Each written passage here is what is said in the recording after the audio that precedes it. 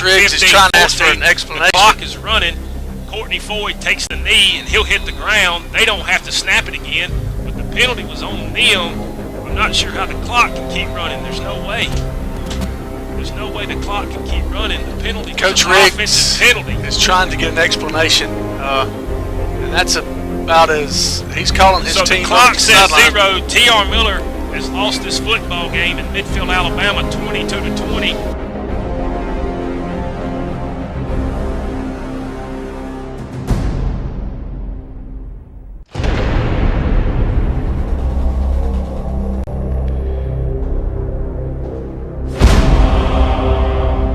Some believe that before the universe, there was nothing. They're wrong. There was darkness. And it has survived.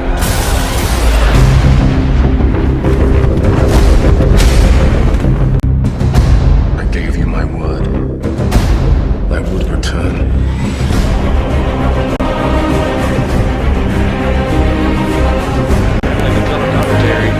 Big Lou and former state champion 1984 version, Bart Till. Big Lou, thanks for stepping in and helping us out tonight.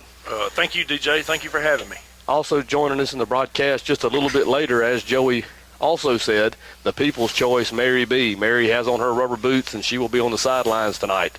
Quickly wanted to take care of those and recognize those that take care of us.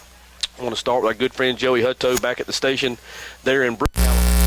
That we get out hopefully loud and clear on 106.3, and we also want to thank Tyler Reed for getting us out on the website, www.millerfootball.com. Tyler handles the stream broadcast, and of course Joey the radio broadcast. So we're looking forward to another great night of T.R. Miller football, this time in Midfield, Alabama. We're going to take a short commercial break to go back to the station just to make sure that we are getting out loud and clear. Make sure you stay with us. More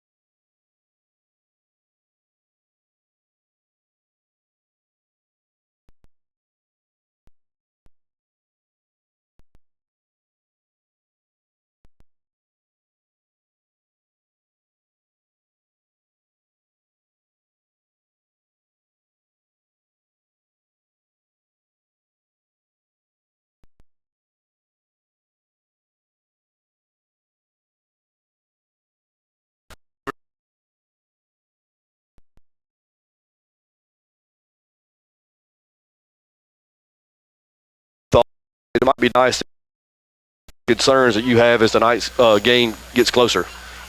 DJ, one of the things I've noticed this year is this team is more old school, it seems. They're physical. They're physical at the point of attack. They've been playing really good defense the last several weeks. I have been told that they take coaching real well. They don't fold when a coach is getting in their ear, coaching them up. They respond. And I think another big factor is they have good senior leadership. Let me ask you this, Bart, and of course we're not going to get into the debate right now. There's not enough time to do it. Miller's been blessed with so many great running backs down through the years. Some of the guys that you and I watched when we were kids were, of course, the Randall Mallards, the Reggie Browns, the Walter Broughtons, and, of course, you played with Mitch Lewis and Steve Lane. We both played with Joseph Williams. The list goes on and on. Ron Gibson, Fruna Fountain. Backs. Three pretty special ones here on this year's team. Dominique Jackson, Cameron Coleman, McHenry Coleman, kind of the front runners of that bunch. There's some younger depth that's coming. But I tell you what, this three-headed monster wouldn't take a back seat to any of those guys we just mentioned. DJ, I think I think you mentioned it right there, the three-headed monster. I don't think there's very many high school football teams across the state that have the quality and depth at running back that Taylor Miller has this year. Either one of these guys that'll be playing tonight could start on any playoff team playing tonight across the state. There's no question about that. And, of course, Bart, you know this better than I do. You being an old offensive lineman, of course, you were part of those famed hog units under the direction of Coach Donnie Reich. You can't have good running backs without the guys up front. You know, we lost one of our bell cows, Fabian Jones, early in the year. You talk about teams across the state. There aren't too many teams that could lose a player the caliber of Fabian and never miss a beat. Now, I'm not suggesting we're a better team without Fabian. That's obviously not the case. But the fact that we do have James Peach, Zach Whitworth, Ronald Young, Ashton Wilson, Jake Nager, Hunter Harp, Chris Jones. I mean, the depth there, Duncan Britton. So many quality offensive linemen. Alan Boyd, where you don't have too much fall off, even if you do lose one of those frontline players like we did with Fabian. But the guys up front have gotten the job done each and every week. I've been impressed with their play as well. Again, DJ, it's amazing that the depth that the offensive line has this year. You're right. You can lose a quality player like Fabian Jones. You can plug in another player, and you don't miss a beat. It really is amazing for a 3A school to have the quality of depth on the offensive line that T.R. Miller has tonight. I'll tell you, Bart, I was able to ride up with the team today, and we stopped in Clanton for a meal and came the rest of the way for tonight's game. And one of the things that stuck out to me was the demeanor of our football team on the bus and throughout the trip. At the restaurant, they're in the rest area. Of course, they went through the walkthrough there in the parking lot of the Shoney's Inn. But for those of you who have relatives on the team, whether it's a nephew, whether it's a cousin, whether it's a grandson, whatever it may be, you can be most proud in the way they handled themselves today on this trip. I was so impressed with the maturity level of this football team. I'm not sure that some of the teams that I played on was quite as mature as them, but I just had the sense that it's a business trip. I mean, I watched them on the bus. There wasn't a whole lot of music even being played. Nobody's on the cell phone, or not many's on the cell phone, but I just had the sense this is a business trip. These guys did not work all year to get to the second round of the playoffs. They have their eyes on that elusive blue map, which is the standard for every T.R. Miller team each and every year.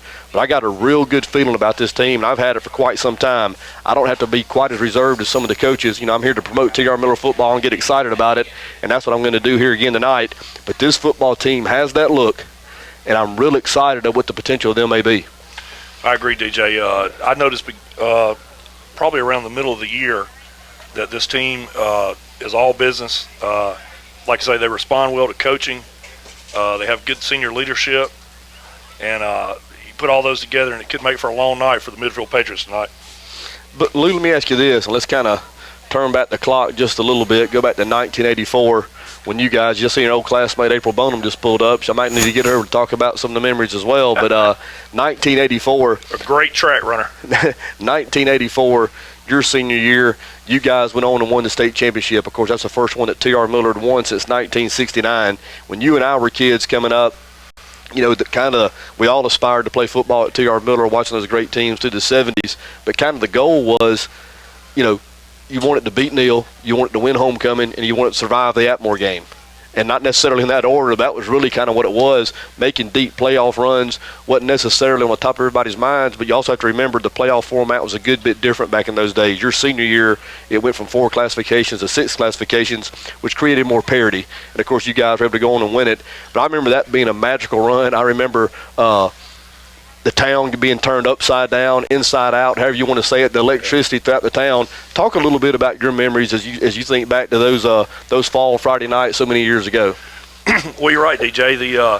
The previous years, and actually that year, you're right. The main objective was to beat Neal, have a winning record, and you didn't really think much about the playoffs. But then after the classifications changed, there was more parity among some of the smaller schools, and I believe at the time when the classifications did change, I think we were one of the smallest 4A schools in the state. But it was all exciting. It was a special time. Nobody had really been on that ride through the playoffs since '69. It was just it was a real special time for in my life and for my teammates, and I think for the city of Bruton. It was all new, and taking the trip to Cherokee County, staying in the hotel room on Friday night. I mean, it was all wonderful. A real special time. Let me ask you this, Bart. Were you at the game last week? No, I was not. I was in Tuscaloosa. You were out of town. Yeah. Well, let me tell you that American Christian Academy came out in the second half. Of course, they were going. If you picture Municipal Stadium, they were going from the north end to the south end. They opened up on the far side of the field with the wide receiver split wide to the wide side. They hit him on the curl route. The old hook and ladder to the running back. He took it 30 yards down the sideline. We tackled him about the 20, which is pretty close to where our play ended up there in Cherokee County. Yep. But when it happened, it was a straight flashback of James Weaver to Joseph Williams. And I know that Coach Riggs thought as well, as we talked about after the ball game. But those memories of that '84 season, of course, will live forever, and it's fun to share them from time to time. At what point in that season, with the regular season of the playoffs, did you kind of get the idea that, hey, we might be able to get this thing done after all? Well, after the first 5 games, we were 2-3. We had a losing record. Some of that was attributed to we had some injuries. I know your brother Steve, starting free safety, was injured, and that hurt. We had an offensive lineman that was hurt, and we had a starting tailback that left the team. And then entered Joseph Williams, a little-known sophomore. But the season turned around, I really believe, at the halftime of the Atmore game. We were down 35-0 at half. It just couldn't get any worse. Football wasn't any fun. We go into the locker room. Coach Sasser lights us up. We go out. We beat Atmore in the second half 14-0, which I think was the only point scored in Atmore. Probably the first point scored in Atmore in 3 or 4 years. And from that point on, we didn't lose again. Went on a 10-game run, and brought home the championship. Good story. Thanks for sharing that with us. Mary B., I'm going to bring you back in. Let me see. Mary B., you with us? Mary B. Mary B., you with us? Can you hear me? Yeah, going to bring Mary B. back in real quick. And Mary B., we were talking about, Bart was sharing with us, when they made the run in 1984, and of course we lost a tailback there early in the season. Another guy had to step up, and I couldn't help but think about the injury situation with this year's team. We lost Fabian after op. I know your son Chandler went down last week. For those listening in, can you bring us up to date with where we are with his injury and when we can expect to get him back here in the playoff run? Well, DJ, we went to the doctor this past week, and he has a shoulder injury. He tore his labrum, and he's going to have surgery, but the doctor said he can do it after his season's over. He's still real sore. They think he may have fractured one of his ribs also, so they're going to hold him out this week and check him again next week, and hopefully he'll be back on track. So Chandler has 2 separate injuries. We have a torn labrum that we know of, and there's something going on with a fractured, cracked, broke rib that they want to look at a little further. Is that correct? That's correct. And hopefully they're sitting out this game, and maybe a couple of days of practice next week, it'll heal up and he'll be ready to play. Certainly hope so. Chandler voted as one of the permanent team captains a little early in the season. Has been a big part of the Tigers' success at this point. Look forward to getting him back as soon as possible. And Bart, that's going to bring me up to another point, and Michael English said it so well on this broadcast a couple of years ago. You hate to see anybody go down. Football's a physical football game. It's going to happen. People are going to get hurt. But for as long as T.R. Miller's been playing football, and as long as we hope that it continues to go on, as long as there's a guy over there wearing a red and white jersey chewing on a mouthpiece, next man up's got to be ready. You're exactly right, DJ. Like I say, depth. This team's blessed with it this year. Next man up. That man tonight is going to be Chris Jones. Chris Jones is going to go from his offensive guard position out to a tight end. How many times does that happen? How many times do you have an offensive guard move out the tight end? Well, we've never had athletes like we have this year across that offensive line. We used to have you and Ferguson and Joyner. Now we got some guys who can really move around and do some things. So the athletes are definitely bigger, faster, and stronger today than they were back in 1984. Is that fair to say? You're probably right, but I don't know how tough they are. Good point. Well, that's going to bring us to our next break, but make sure you stay with us. More pregame here prior to kickoff. T.R. Miller, Midfield. You're listening to T.R. Miller Football 106.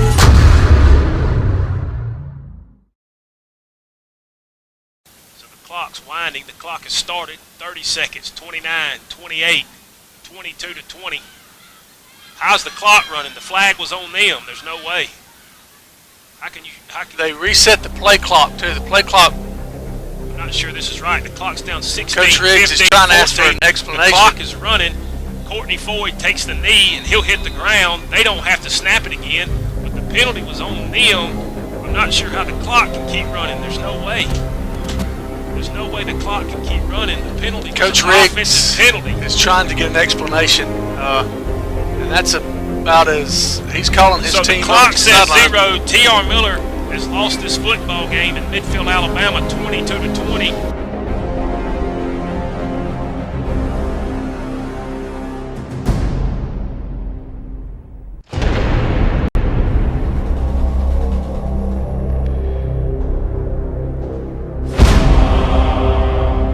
Some believe that before the universe, there was nothing.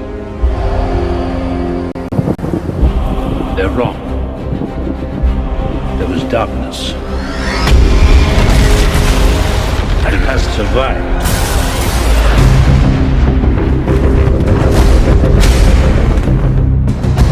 I gave you my word. I would return.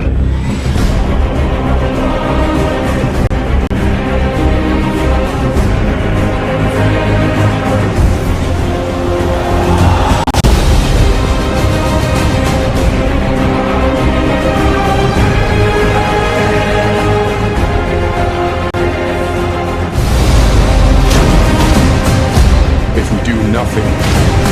They will destroy us.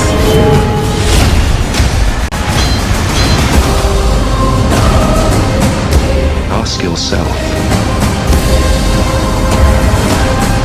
what will you sacrifice for what you believe?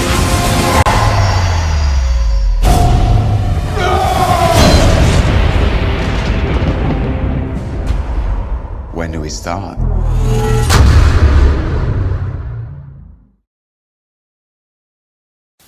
Clock's winding. The clock has started. 30 seconds. 29, 28, 22 to now 20. making their way on the field for the opening kickoff of tonight's game. The T.R. Miller Tigers wearing their road whites with white tops with white bottoms, red and black stripes on both with the red helmets. Midfield will have on the powder blue tops, powder blue bottoms, red helmets with a red stripe with white numbers. As for myself, I have on my red M Club shirt outlined in white, trimmed in white, a khaki pant, and a red wing boot.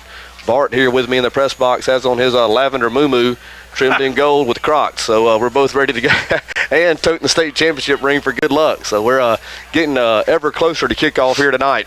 Got a couple of quick shout outs we're going to send out. The first one is going to go to Caleb Stewart. Caleb, of course, one of the great seniors last year on the football team. Had a personal relationship with Caleb through Summer League Baseball.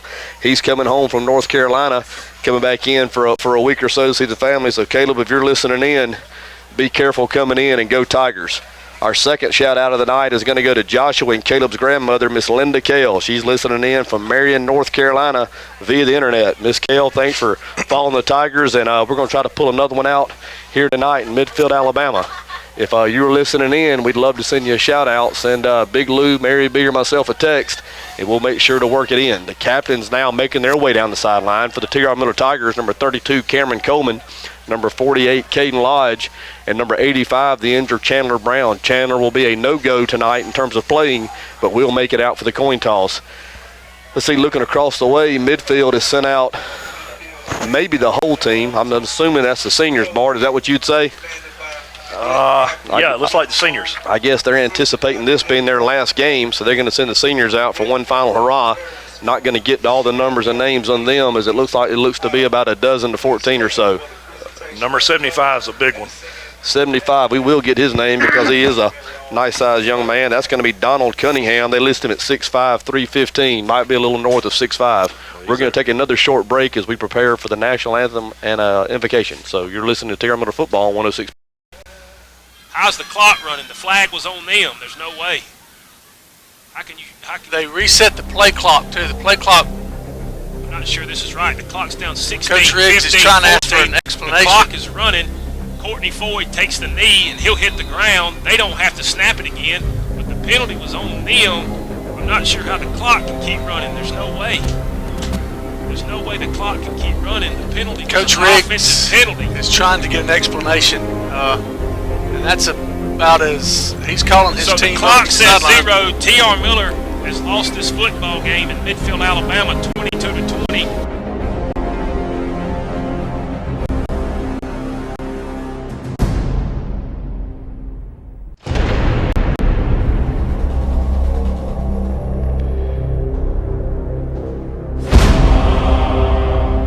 Some believe that before the universe, there was nothing. They're wrong. There was darkness. And it has survived.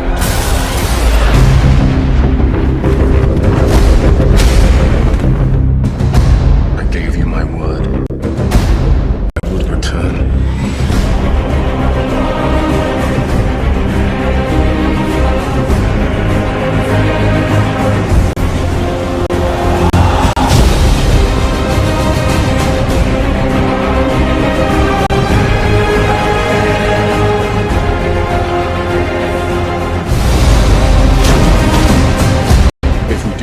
The playing of the national anthem is come and gone. Bart, one thing that I have noticed is neither band here is yet.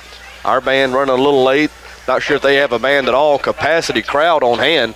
I count 17 across the way in midfield stand, so it's going to be an exciting electric night here tonight. DJ, the bus I rode up on, I think had more people in the home stands do. And I heard our band got hung up at the Galleria. The captain's making their way out to midfield. We're going to go down to Mary B and get tonight's officials pregame instruction. Mary B.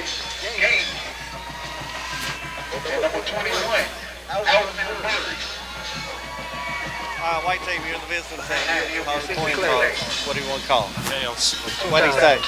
He said tails. Okay, tails. Flip the coin. If I drop it, we'll do it again. They'll destroy us. When I kick, you say it's going to go to the first and second half. Okay, Reds, Whites won the toss.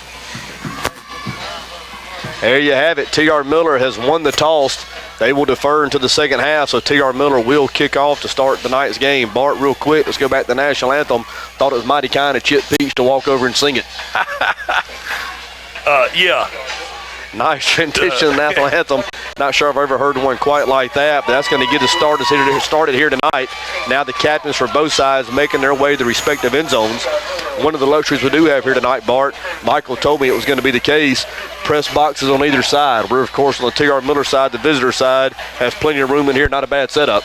It's not, DJ. I actually feel like I'm on the home side. Our crowd has them outnumbered at least 3-1.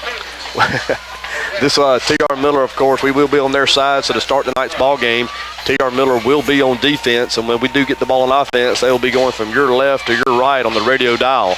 Both teams now lining up behind the mural. I hope the Tigers are not waiting on the T.R. Miller Band to start playing the fight song, because the T.R. Miller Band has not made it inside the gate as of now. Here come the Tigers onto the field. They'll come without the band. The band's not going to be able to help them block and tackle tonight, will they, Lou? No, they won't. They're on their own tonight. DJ, before we get started, I got to shout out my buddy Chris Smith. We finally got him to park that race car this weekend and enjoy some football. We're going to have a big old shrimp ball over at his house tomorrow night for the Alabama game. So there you go, Chris. There it is for Smitty. Who's Alabama who? Is that Alabama A&M, Alabama State? That's Alabama and Mississippi State. Okay, ought to be a good one. Go Bulldogs. I was wondering, DJ, the press pass you issued me today, would that be valid for Pasadena in January? No, but a big crew of us is going out there to watch Auburn play Florida State, so you're welcome to go along if you want to. Now midfield's made their way on the field. They will send the kickoff return team on. Going back deep for midfield for the Patriots will be number 5. That's going to be Ladarius Young. He's listed also as the running back. He's the senior. He's the 5'9", 170-pound senior that has had a very productive season throughout his senior year. Tiger kickoff team now making their way on the field. Dominique Jackson will line it up on the 40-yard line. He'll line it up. He'll favor the near hash.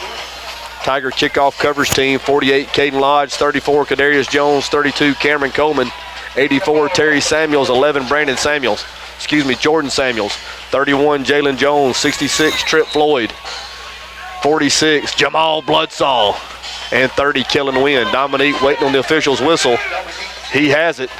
And we're underway here in round 2. Low, wobbly kicks will be taken to the 25-yard line, brought quickly back up to the 30.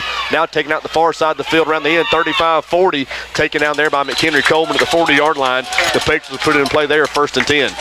DJ looked like he bounced it outside. Looked like there was a little bit more there than there actually was. The Miller Tigers closed quick, and down he goes. Ball's going to be spotted on the far hash. They're now going to move it out to the 42-yard line. It'll be 1st and 10 there for the Patriots. Tiger defense on the field now across the defensive front of the Tigers. Caden Castleberry, the defensive tackle. Ronald Young, the nose guard. Alan Boyd, the other defensive tackle. We will set the back 8 after the first snap. Quarterback for the Patriots going to go in the shotgun formation. That's going to be in the pistol set with the tailback lined up behind him.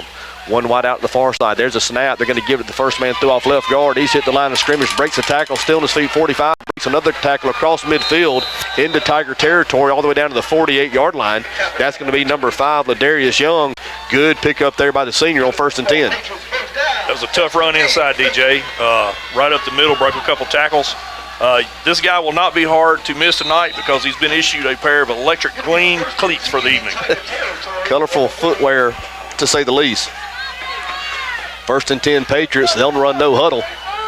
Twin wideouts once again to the near side. A lone wideout to the far side. The Patriots in the pistol formation once again. 1st and 10 at the Tiger 48. There's a snap. They're going to run the same play to the other side. He's hit the line of scrimmage. Getting driven back. Big hit there.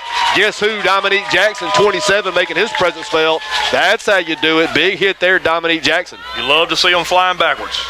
That play fails the game. That'll bring up a 2nd down 10. Ball stays in the middle of the field.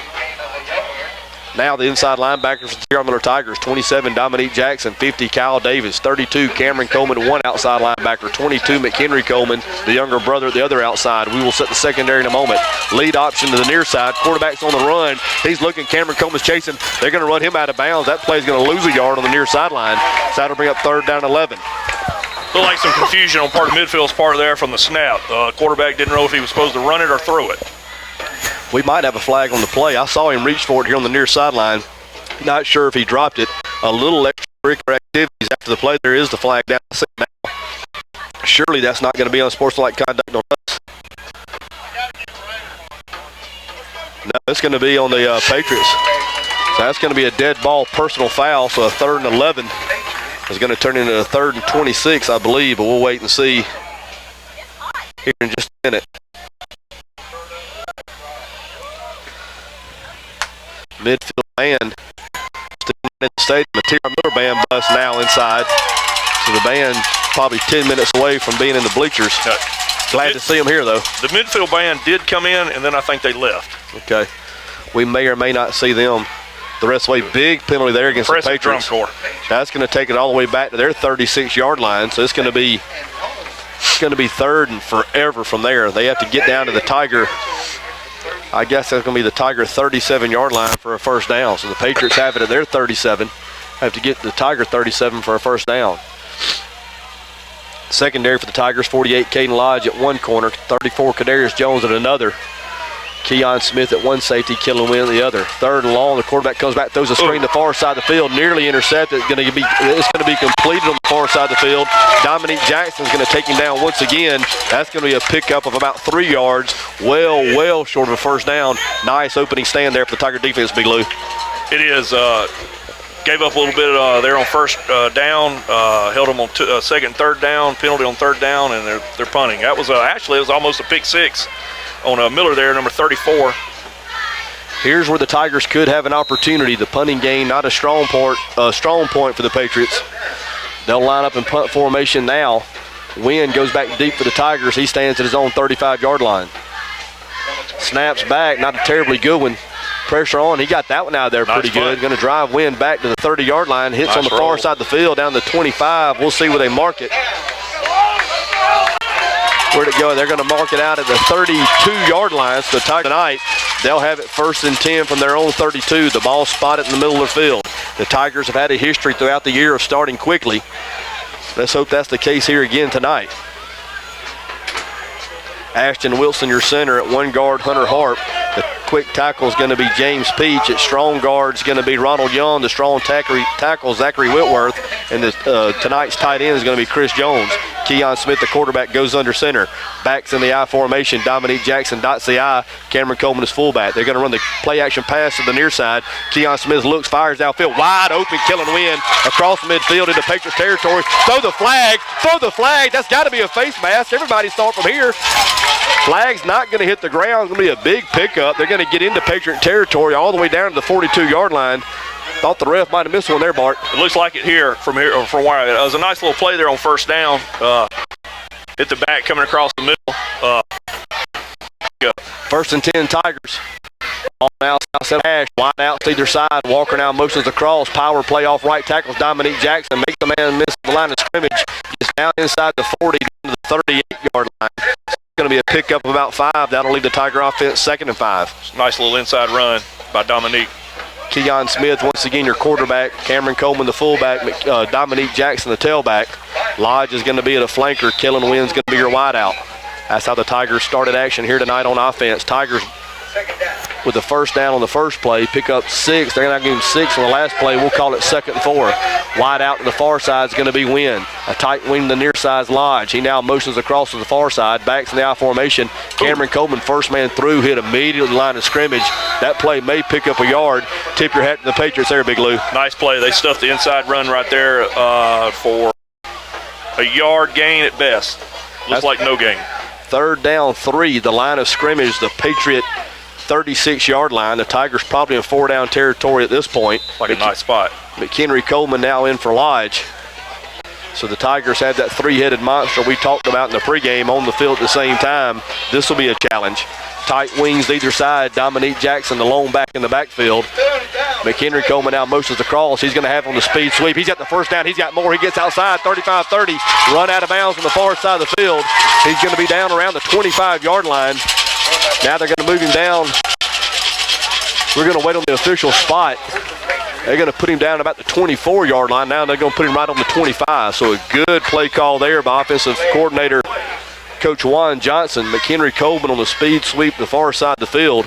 Nice block there by James Peach. He set the edge, pinned his guy inside, and the back was off to the races. Back-to-back first downs have the Tigers down at the Patriot 25-yard line. This their opening drive of the ball game. 8:15 here to play in the first quarter. T.R. Miller offense on the move. Wide outs now to either side. Wynn to the near side. McHenry Coleman to the far side. Backs in the offset I. The counter back to the far side is Dominique Jackson. Makes a man miss the line of scrimmage, falling forward down near the 20-yard line, maybe the 18. So another positive pickup on first down for the Tigers. Bart, we talk a lot in the broadcast about staying ahead in the chains, keeping the offense on schedule. You get 5+ on first down, keeps that playbook open, keeps the chains moving. It does. Nothing like a drive killer than being behind the chains in the early downs. Another state champion, Kevin Ladnier, your quarterback from that 84 team. Already seen James Weaver and April Bonham. Is there a reunion I'm not aware of? I didn't get the memo. 2nd and 4 Tigers. First man through is going to be Cameron Coleman. Once again, Cameron not having a whole lot of luck there at the teeth of that Patriot defense. That play may pick up 1 yard, not much more than that.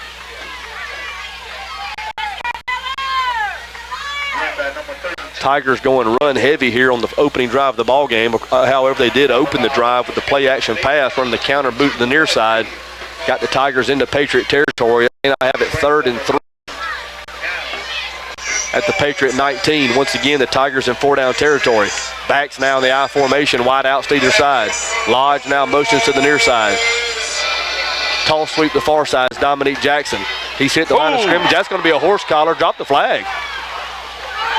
That flag's Dominique's not slow to get up. That flag's not going to come out either.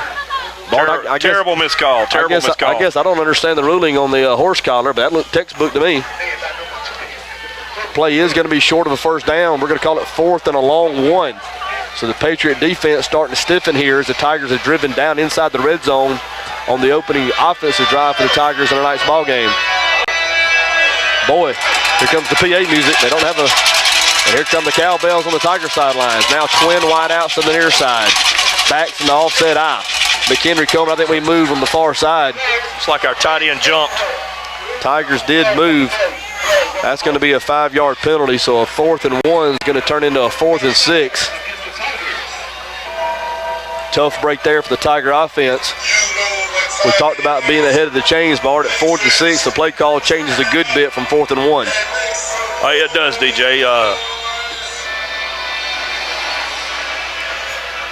6:18 here to play in the opening quarter. Maybe go back to that little drag, drag across the middle. Backs in the I formation. Cameron Coleman, the fullback. McHenry Coleman, the tailback. Wide outs to either side. Play action pass. Keon Smith rolls to the near side. He looks, he fires. He has his man in and out of his hands. Trey Walker drops it down inside the 10-yard line. Ball a little behind him, still a ball he's got to catch there. Tough break for the Tigers. The Patriots will take over on downs. So the Tigers, after an impressive opening drive, stalled down around the 20-yard line. The Patriots will have it back on downs, 1st and 10. Ball spotted in the middle of the field, the line of scrimmage. I guess that's going to be what, Bart, the 21? Looks like it.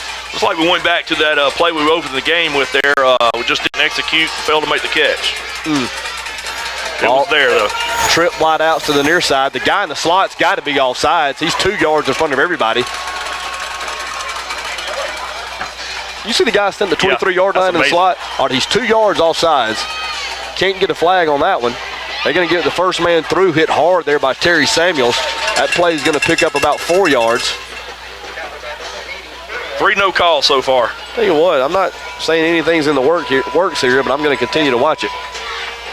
Don Jackson down on the sideline talking to Dominique, trying to get him crunk. Actually, that's Trey. Second down, we'll call it 6 for the Patriots. Ball stays in the middle of the field. Trip wide outs once again to the near side. Quarterback goes straight back. He's flushed. He rolls the far side look. He throws deep. He winds up. Has a man open down the field. Good play picked off there. Charlie and Johnson with a pick. Has it the 40, 45, 50, 45, 40. Somebody blocked for him. Down to the 40-yard line. Nice defensive play there by Kellen Wynn. Making a break on the ball, deflecting it. The opportunistic Charlie and Johnson on the pick. Bring the ball all the way back across midfield. Back into Patriot territory. Bart, we talked about the turnovers. There's number 1. There's one crucial. The old tip drill. 18 didn't give up on the play, trailed the play, and was there for the pick. Charlie and Johnson has been a playmaker for this Tiger defense since the opening scrimmage against Flomaton. He continues it here tonight. The Tiger offense back on the field for their second possession. Twin wide outs to the near side. Walker's going to be in the slot. Wynn's going to be on the outside. Walker now motions across. Backs in the I formation.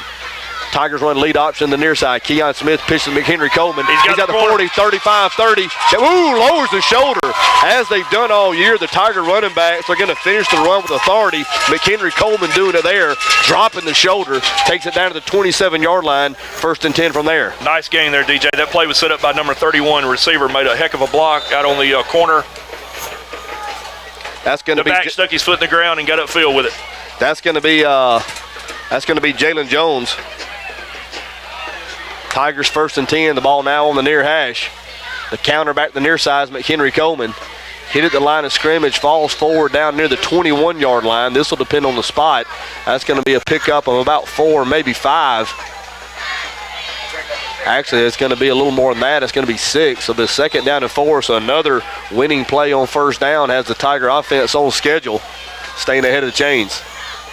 Like to see that, DJ. Keep banging up in the middle, and it'll soften them up in the 4th quarter. 4:32, 4:31 here to play in the opening quarter. There is no score. Tiger offense on the move. Just outside the 20-yard line of the Patriots. One back in the backfield is going to be Dominique Jackson. He has it off right guard, runs into his offensive lineman right at the 20-yard line. He's going to go down there, so that's going to be a pickup. We'll call it 1 yard. Be a 3rd and 3. The Tigers running the counter back to the near side. Looked like Dominique got caught up in a little bit of the wash there behind the line of scrimmage, Lou. Yeah, the midfield Patriots did an excellent job of stopping the run there. Played tough at the point of attack.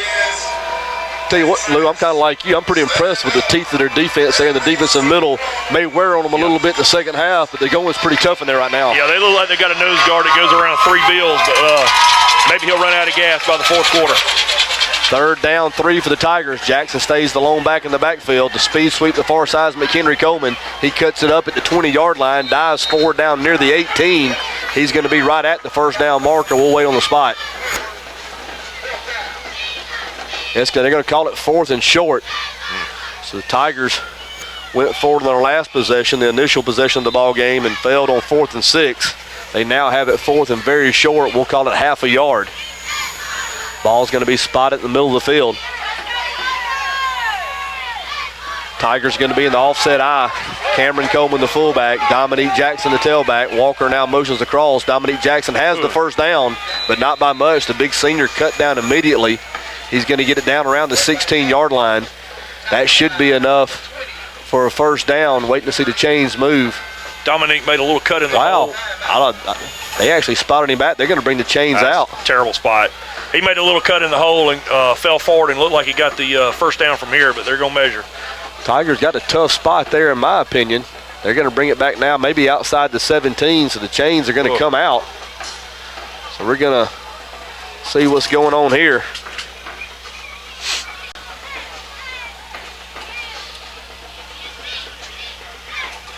And the Tigers are going to be short. So the Tigers stopped on back-to-back 4th downs. I'm going to bring Mary B in real quick. Mary B's down on the sidelines. Mary B thought the Tigers might have got a tough break there on the spot, but that's the way it goes. You're right, DJ. They should have got it both times. Good Lord, what's going on? Come on. Patriot offense back on the field. Another good stand by the Patriot defense. They'll have it in play 1st and 10 at their 17-yard line. Michael Woods now in a defensive tackle for the Tigers. Jalen Jones in at nose guard. The Tigers, as they do each and every week, play a lot of players. Talked about the depth in the pregame. First man through is going to have it. Not much running room there. A lot of red helmets getting the football there, Bart. That's what you like to see, that gang tackling, especially on these explosive athletes. Yeah, that's a gang tackle, and that's a Miller trademark special. Does it look, DJ, like to you that the backs for midfield are a little extra deep in the backfield? They look extremely deep. The quarterback's Real in the deep. shotgun formation. The tailback's 3 yards behind him, so he's sitting probably 8, maybe 9 yards from the line of scrimmage. Under 2:20 here to play in the opening quarter. There is no score. Midfield offense on the field for the 3rd time tonight. Pistol set once again for the Patriots. Wide out to either side. The quarterback goes straight back. He looks. He fires. Throws deep again. Knocked away by Trey Walker. That one almost intercepted. Look at Dominique Jackson on the coverage, 40 yards down the field from his middle linebacker position. That kind of talks a little more about his athleticism, Bart. You don't get middle linebackers getting 40 yards down the field. No, you don't. That's a heck of a drop. Looked like the ball was thrown there into quadruple coverage. Tiger secondary on point here early in this ball game. 2:01 to play in the first quarter. Clock stops with the ink of 3rd and 10 at their 18-yard line. Ball spotted in the middle of the field. A lone wide out to the far side. Twin wide outs to the near side. Quarterback's going to be in the pistol set once again with a tight wing to the far side as well. Big 3rd down play here for the Tiger defense. Play action pass. The quarterback rolls to the near side. He looks. He fires. Man, wide open in the middle of the field. He's got the 35-40, 45-50, 45-40, 35-30. He's going to go all the way. Touchdown midfield. Just like that, 3rd and 10 Patriots. There's the speed that we'd heard so much about. They complete a little 15-yard sit down in the middle of the field. That young man turned and outran everybody on the field, Bart. The midfield quarterback made an excellent play there. He took a chance, threw back behind him into the middle of the field. Looked like we had a missed tackle there, and it was off to the races for the Patriots. Midfield 6, T.R. Miller 0 here late in the first quarter. Extra point on the way. Actually, it looks like they may. I don't see a kicker. Yeah, they're getting a shoe on him.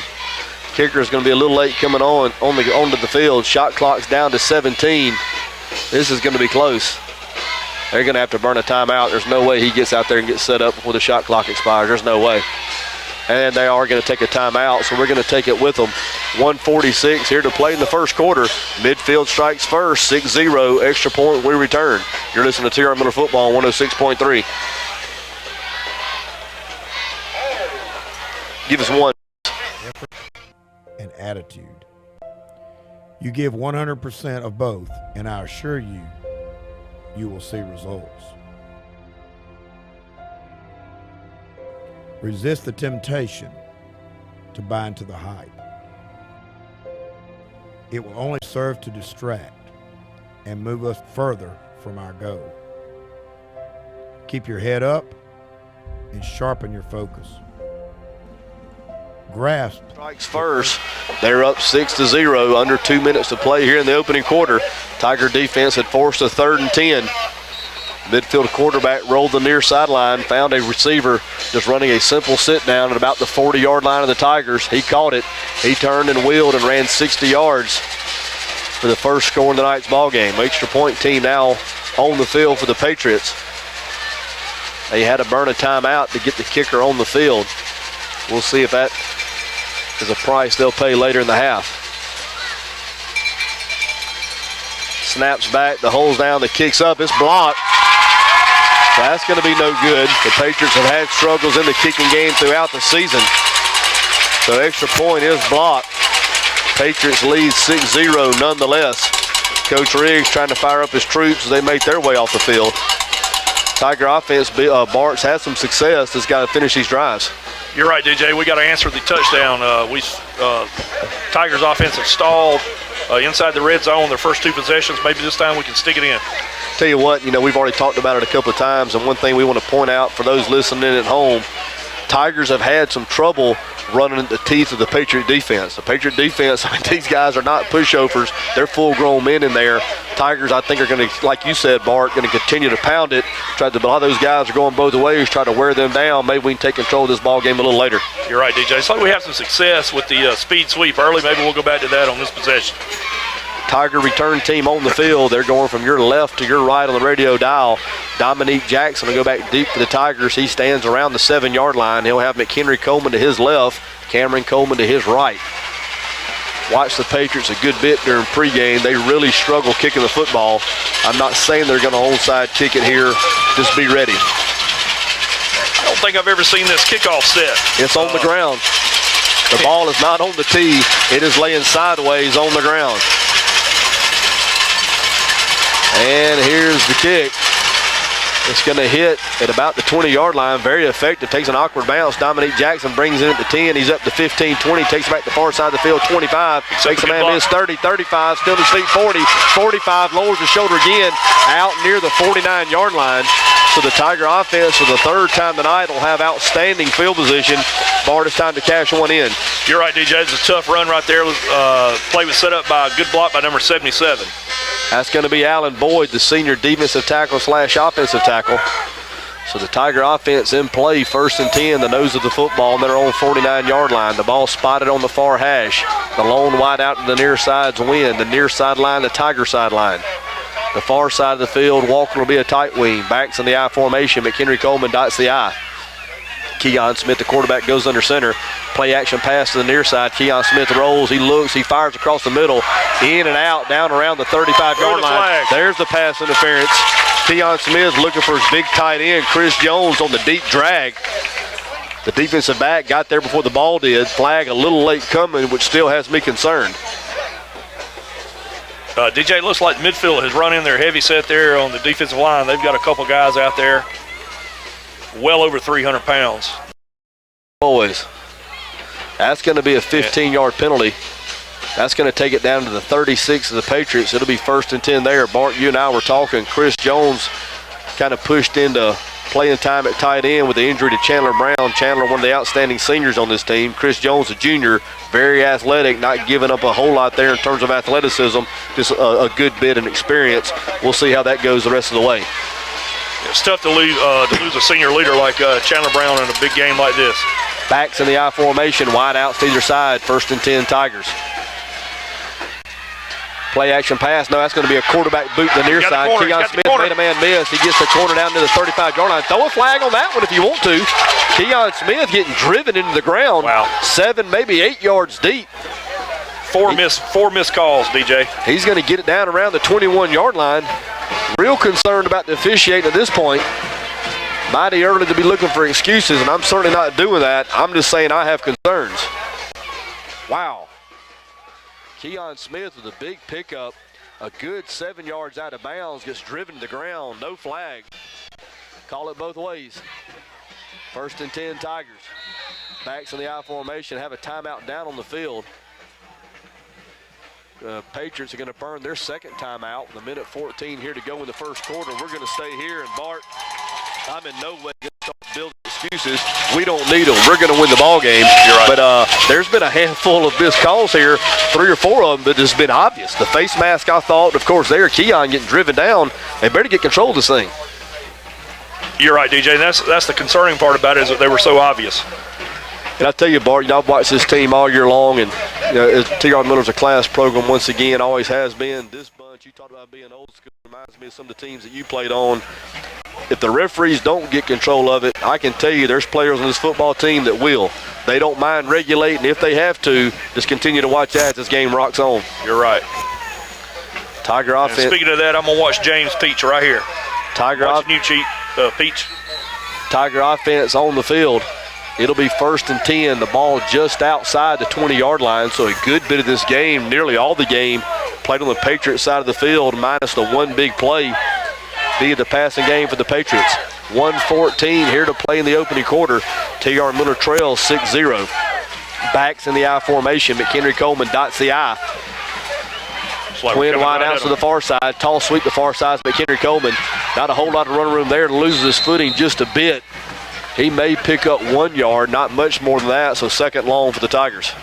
Like he lost his footing there, DJ, when he stuck his foot in the ground to get upfield. Looked like there was a little something there, but under a minute to play. Tamarick Jenkins now in for the first time. Jenkins in, Lodge out, so Jenkins will be in the slot for the Tigers. Jenkins, another one of those change of pace backs, a guy that Coach Riggs likes to get the ball to in the open field, get him in open space. He can make things happen. Backs now back in the I formation. Play action pass. Keon Smith goes straight back all day, fires down the middle of the field, looks for Tamarick Jenkins running the skinny post. That ball's going to come up a little short. Don't know if the ball slipped out or not, but not Keon's best effort throwing the football. The offensive line gave him good protection there. The ball did look like it came out a little awkward. It's going to bring up a 3rd down and 8. So the Tigers probably once again in 4-down territory. Tigers have been stopped on 2 previous 4th down attempts here earlier in the quarter. The ball just inside the 20-yard line. It's going to be spotted in the middle of the field. Wide outs to either side. Keon Smith, the quarterback, goes under center.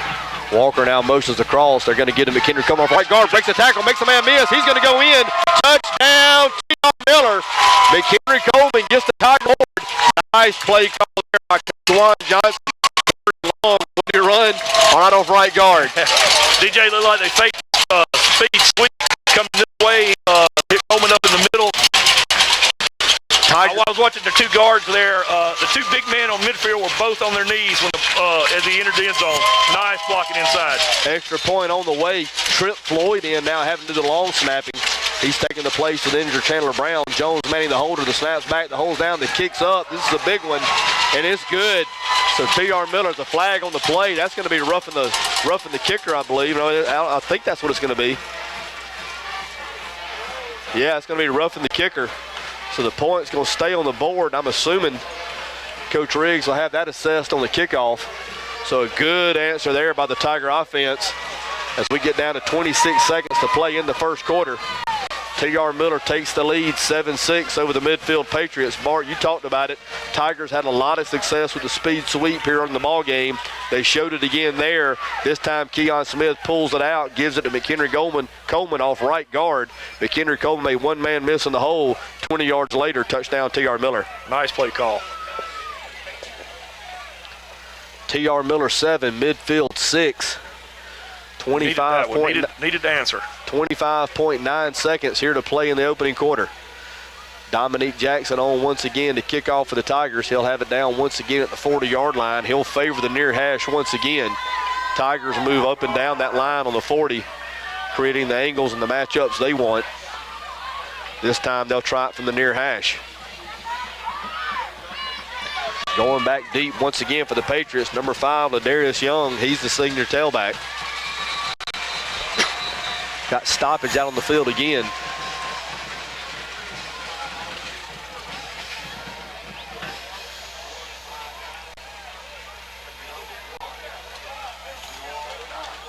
Now they're adding the 15. So, Bart, they weren't going to give us I don't know. This is a little shady. Actually, they slipped mine too, DJ. That's not easy to do. It's not hard to do. Now they assess the 15 yards on the roughing the kicker. So that's going to have Dominique teeing it up now at the. So the Tigers need to kick it out of the end zone from here or really try to hit the big bloop ball and pin them down really deep. We'll see what the Tigers opt for here. Dominique waiting on the whistle. And he has it. Here's the kick. High end over end. That's going to go back in the end zone, and that'll be a touchback. As most of you know, in high school football, you don't even have the option to bring it out. If the ball gets in the end zone or if the returner gets any part of his body in the end zone while fielding the ball, it's blown dead. You'll get the touchback, and the Patriots will have it out at the 20-yard line. DJ, maybe we can get them 3 and out here. Tiger defense has been pretty solid, minus the one pass play. Bankhead Jones in the house as well. 84 reunion continues. Wow. Maybe the biggest hit in T.R. Miller history. You're right, DJ. It's probably the biggest defensive play I've ever seen. That ring you got on your finger. Second round of the playoff. Bankhead Jones made it all possible. 1st and 10 Patriots, twin wide outs to either side. Quarterback's going to get the first man through off right guard. He's hit the line of scrimmage. Ronald Young, Cameron Coleman, all there. Here come the red helmets. Sting him, boys. Sting him. Gang tackling. That play is going to pick up a yard. That'll bring up a second down 9. That's going to take the quarter. So after 1 quarter of play, T.R. Miller 7, Midfield 6. You're listening to T.R. Miller Football 106. And win this play. Good. Now do it again. Then, when the final seconds ticks off the clock and the sun sets on our season, only then will we learn the answer to the question everyone's asking. But know this, a single game does not define a champion. A true champion emerges on Midfield, Alabama, 1 quarter of play in the books. T.R. Miller 7, Midfield 6. Mary B going to bring you in. It took the Tiger offense just a little while to get going. Nice run there by McHenry Coleman to get the Tigers on the board. It was a great run, DJ, but I decided what it was. It was the band. If you're having playoffs, don't take your band to the Galleria. Come to the game. Be on time. When they got here, we scored. Glad to see the T.R. Miller band in the house. They are a powerful force. They kind of facilitate the T.R. Miller spirit. And you're right, Mary B. Things have changed since they've gotten here. So T.R. Miller on the board, 7-6 over Midfield. We're getting ready for the 2nd quarter of play. Bart, we've talked about it, a little bit off air. Important when you have a little something go your way to answer. The Tiger offense did that. Of course, it got put in play with the big kickoff return from Dominique Jackson. Nice way to answer. That's a sign of a championship football team. You're right, DJ. Like I said, we'd advanced the ball into the red zone on our first 2 drives, stalled. That time we stuck it in the. Come on, T.R. Miller. Let's take control of this football game. 3 and out here. Bart, is there any reason why the ball spotted on the 21-yard line and not the 20? We had to run. We did have 1 play. I'm sorry. 2nd down, 9. The quarterback's going to roll out to the near side. He looks for the Tiger sideline. That's thrown up. Pick that one off, somebody. Oh, my goodness gracious. What a catch. They caught it. Quarterback's down. Down. A big hit from Kyle Davis coming up to his linebacker position. He absolutely pummeled the quarterback. The quarterback's now making his way to his feet, but he about killed him there. Kyle Davis, a big hit from the linebacker spot.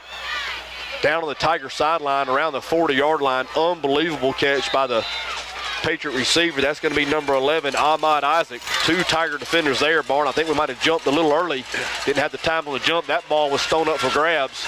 Isaac able to come down with it for the Patriots. 1st and 10. I think we jumped a little early, and he out-jumped us. But I tell you, the quarterback took a heck of a shot in the kidneys right there. 1st and 10, Patriots. First man through is going to have it. Davis giving chase again. They have on the far side of the field. That play's not going to be much, if any. They're now going to give him about a yard on the play, maybe 2.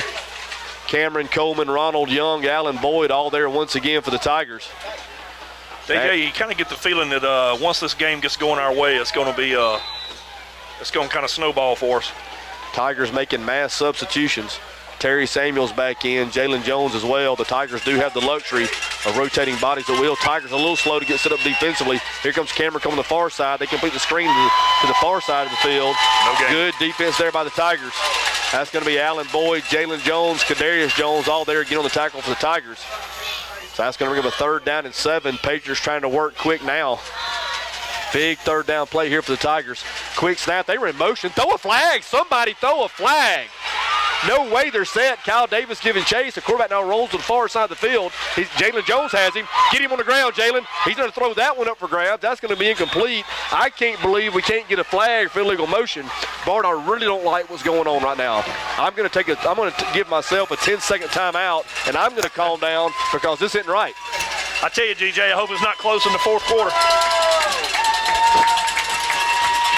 I'm back. The Patriots trying to work quick. I understand the premise. They're trying to get, trying to pace the Tigers. You have to get all 11 men set before you can snap the ball. They had 2, maybe 3 people moving, I know, on the near side of the field. No flags. Keep playing, Tigers. 4th and 7 here. Tiger punt return team on the field. Kellen Wynn back. He stands at his 35-yard line. That's going to be the 25-yard line. High punt, hanging punt, good kick. Wynn signals for the fair catch. He has it at the 26-yard line. So the Tiger offense going to be back on the field. T.R. Miller leads 7-6. 10:41 here to play in the 2nd quarter. I'm disgusted with the officials' play here tonight so far, Bart. Absolutely terrible, DJ. Like I say, I hope it's not close in the 4th quarter because I don't know if I like our chances. Come on, Tiger offense, get this thing going. Maybe this thing will even out yet. It's got a long ways to go to do that. Backs in the I formation. Dominique Jackson dots the I. Twin wide outs to the near side. Ball's on the ground. Keon picks it up. He rolls back, looking for somebody. He's in big trouble now. He's going to go down for a big loss back inside the 10-yard line near the 7. Bart, that didn't look right from the very beginning. It didn't look. The play looked confused from the get-go. Pass protection broke down. I didn't know if the backs and receivers were going pass and the offensive line were blocking run. That's going to take the ball back inside the 5-yard line. The Tigers have to get out to the 35 for a 1st down, so the Tigers 2nd and 30. Not a way to start a drive. Talking about staying on schedule ahead of the chains. Tigers a long way from that at the moment.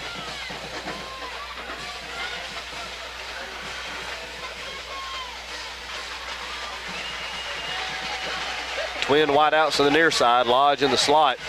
Wynn on the outside. Lodge now motions across. Backs in the I formation. Tall sweep to Dominique Jackson. He cuts it to 10, 15, 20. Makes the man miss. Still on his feet. 25. He'll go down at the 25-yard line. Dominique Jackson maybe a 1 tackle away from taking that one to the house. That at least gets it manageable down in distance. That'll make it 3rd and 10. So Dominique getting 20 yards back there. Big play. 3rd and 10 Tigers back to the original line of scrimmage. The ball just outside their own 20-yard line. I love the way Dominique sticks his foot in the ground and gets north and south. Backs once again the I formation. Play action pass to the far side. Keon looks. He's in trouble again. Makes a man miss. Still looks downfield. Fires. That's going to be incomplete. Trying to hit Caden Lodge. That's going to be Kellen Wynn. I apologize. Down around the 40-yard line. So the Tigers unable to convert on 3rd and 10. That'll bring up a punting situation. Kyle Davis, the biggest punter in 3A. On for the first time tonight. Tigers lead 7-6. 9:07 here to go in the ball game. Excuse me, in the 1st half. Going back deep for the Patriots. That's going to be number 3, Jarrett Bowling.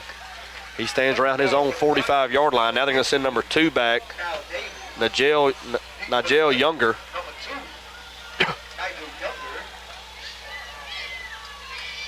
8 seconds on the shot clock. There's a snap. It's away. Kicks away. Low line drive. Kyle Davis. That's going to be taking the 45-yard line. Ball's on the ground. Bam! Big hit. McHenry Coleman drills the punt returner on the bobble. Tigers recover in Patriot territory at the 46-yard line. Once again, McHenry Coleman hitting him in the mouth. That's going to be Trent Floyd, the snapper, showing tremendous hustle, getting down the field and recovering the fumble. But what about the hit from McHenry Coleman? Big hit from McHenry Coleman. And DJ, like we said, we talked about turnovers at the beginning of the game. There's another big one.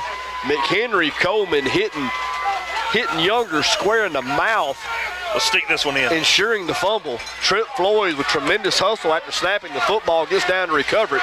Tiger offense on the field, 1st and 10 at the Patriot 46. First man through, Cameron Coleman, the far side of the field, 40. Still on his feet, 35. Good, hard, determined running there. He's going to pick up a Tiger 1st down, the speed sweep to the far side of the field.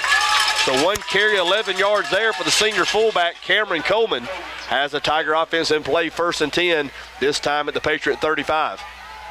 DJ, we're having a lot of success with the speed sweep tonight. We're getting a good set on the edge, and the backs are doing a good job getting there. Tigers lead 7-6. Tiger offense on the move again. This whole football game, Bart, it feels like it's been played on the Patriot side of the field. Tigers to this point haven't been able to capitalize as much as they would like to. Maybe this is a sign of things to come. 2 backs in the backfield. Dominique Jackson on the counterback to the far side. Hit at the line of scrimmage. He's going to fight forward, going to get down inside the 32-yard line. So that's going to be a pickup of about 3. We'll call it 2nd down and 7 from there. The ball spotted on the far hash. A little like the same play we scored on earlier. They'll fake the speed sweep. Came back off right tackle with Dominique.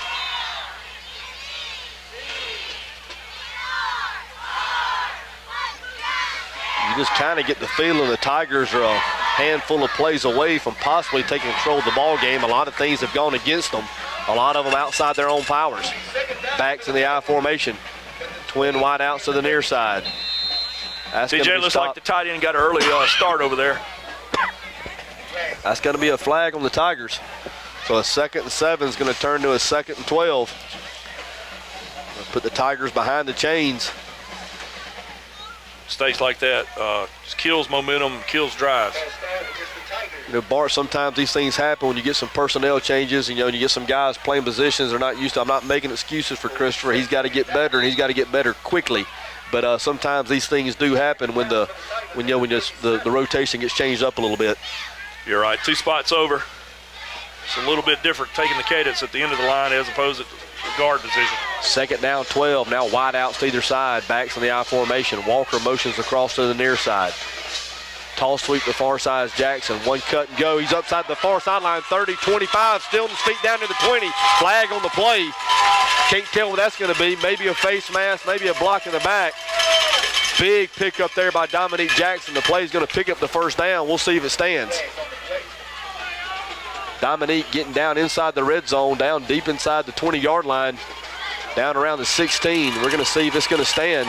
Tiger offensive line clapping their hands like it's going to go against them, go against the Patriots, and it is. They're going to step off additional yards. That's going to be a face mask. That's going to take it down near the, we'll call it the 14-yard line. So the Tigers have it 1st and 10, the Patriot 14. Dominique Jackson with an explosive run on the far sideline on the tall sweep. DJ, I love his running style. It's 1 cut and getting north and south. Dominique Jackson, you said it, Bart. He puts his foot in the dirt. He squares his pads up, gets behind them, and just hold on for the ride is all you can do. Once again, backs in the I formation. Twin wide outs to the near side. Cameron Coleman, 1st man through, has it off right guard, breaks tackle the 10, still carrying people forward down to the 5, down to the 3, down to the 2. Cameron Coleman getting in on the action. Nothing fancy there. Got in behind right guard and his tackle. That's going to be Ronald Young and Zach Whitworth. Cameron Coleman takes it from the 14 down to the 2-yard line. It'll be 1st and goal from there. 7 minutes here to play in the 1st half. T.R. Miller leads 7-6. T.R. Miller threatening again. It's a tough inside run there. Don't take it off the line of scrimmage. 1st man through, give it to him. You're right. Jalen Jones into the tight wing to the far side of the field. We have a timeout on the field. We're going to take it with them. You're listening to T.R. Miller Football on 106.3. 1, please. Got Britton here, too. I mean, 84 turned out tonight.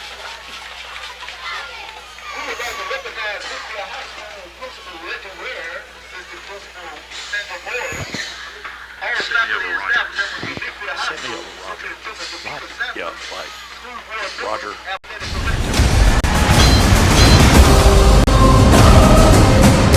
Ask yourself, what will you sacrifice for what you believe?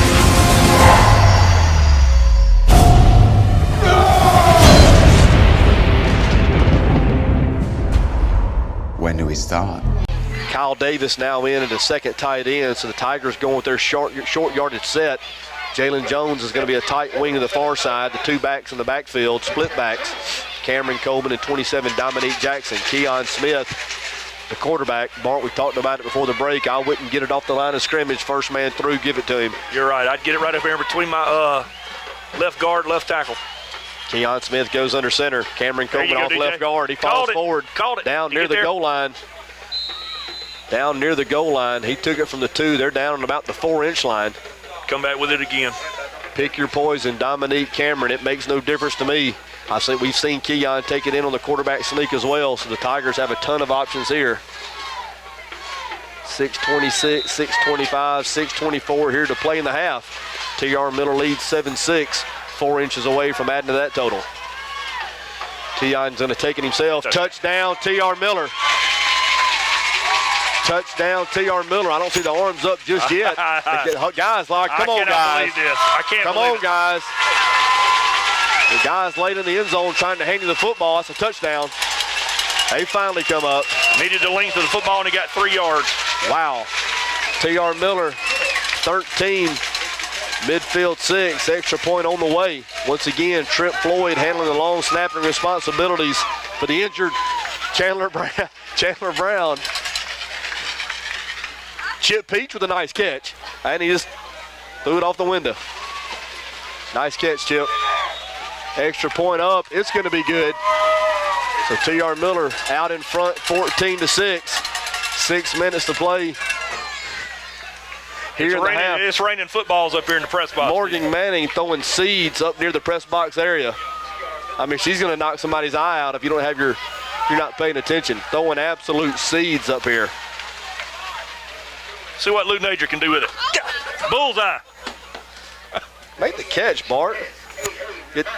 Lou Nager's a nice throw up to the press box. We've become a target.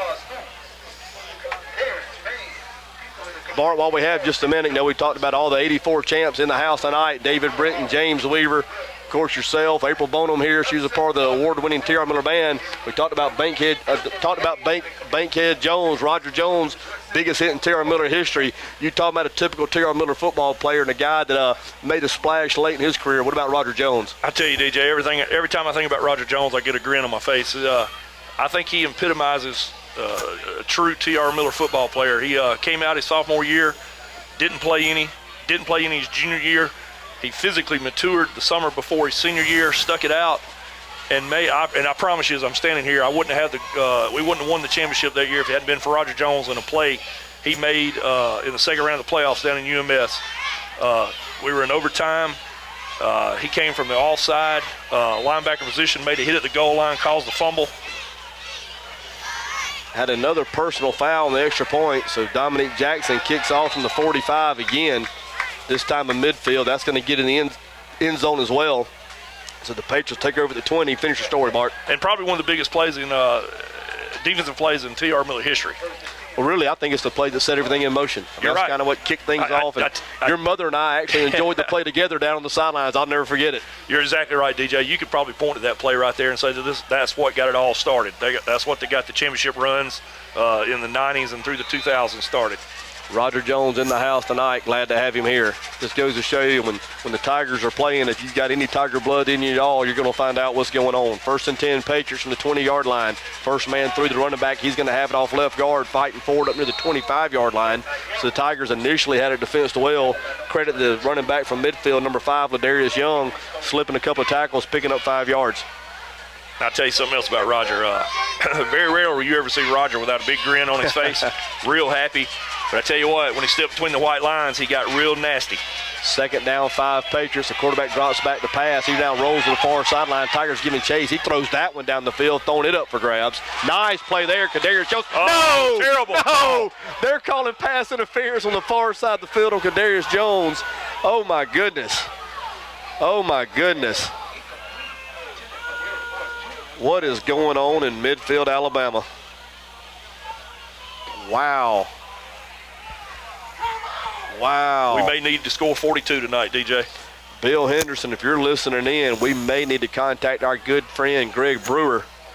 Greg Brewer, one of the great citizens in the state of Alabama, is in charge of scheduling officials during the playoffs. Bill, pull up Greg on speed dial and just let him know we have some concerns here in midfield. Not going to file an official complaint at this point, but we do have serious concerns. Pass interference is going to give the Midfield Patriots a 1st and 10 now at their 41-yard line. Twin wideouts to either side. First man through. Owens off left guard. Hit immediately. Still fighting forward up near the 44-yard line. Once again, the entire Tiger team there in on the tackle. So the Tigers doing a good job of handling the inside running game of the Patriots here in the first half. DJ, it looked like he had a little bit of running room in there, but it closed quick on him. They're going to give him 4 on the pickup. So that's going to bring up a 2nd down 6. Tigers continue to rotate bodies in and out. Patriots working quick, throw the slip screen the far side of the field. Tigers all over that one. Cameron Coleman. Like he lost 2. Allen Boyd, Caden Castleberry, Jalen Jones all there for the Tigers. That play is going to fail to gain, so we'll call it 3rd down and 6.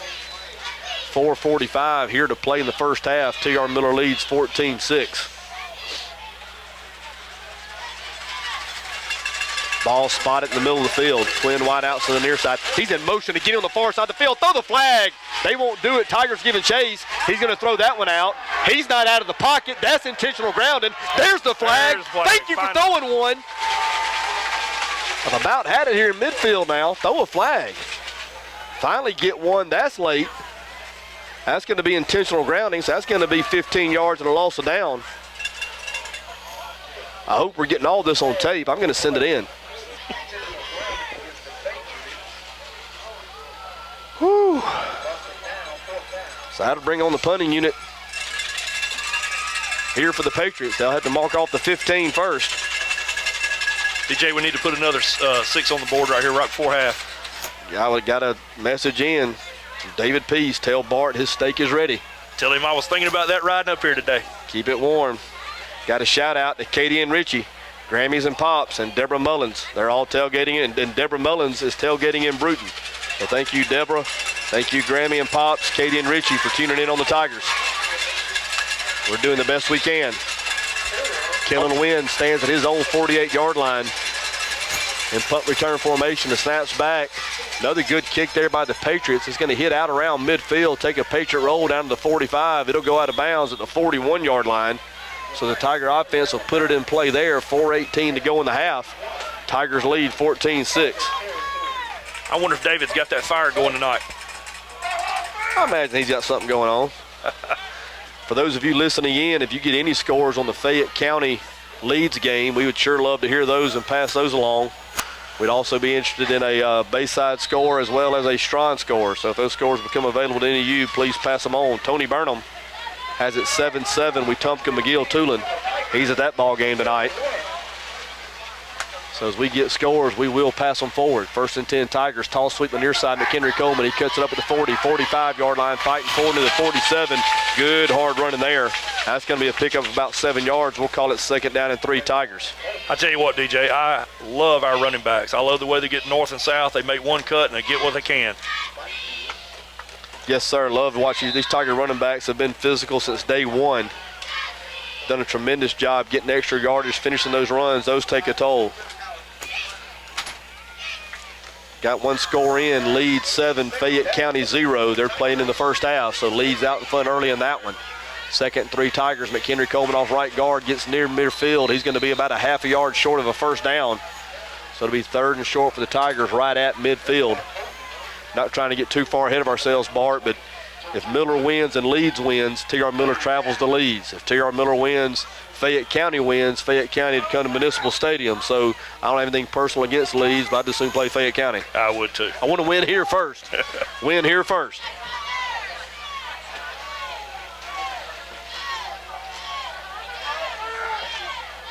DJ, I wonder if we're setting them up for the play action pass again. Backs in the I formation. Lodge motions to the near side. Nope. McHenry Coleman off left guard, fighting for the 1st down. He's right at the marker. It's going to depend on the spot, which means we'll probably get a crappy one. They're actually going to give him the left foot spot. That should be enough for a 1st down. It's like he got it by the length of the football. They're going to bring the chains out. Amazing. That's amazing. He has it by just shy of a full yard. And we're going to stop the clock and run the chains out. Fortunately, the ball is on the near side of the field. And that is a shocker. These are state-appointed officials, and they're going to measure this. Yep, he only got it by 2.5 feet. Good call, guys. Bart, what's going on? I have no idea, DJ. I'm half blind as a bat. My contacts are fogged over, and I can see that from here. Going to send a shout out to Alexis and Dwight Malloy.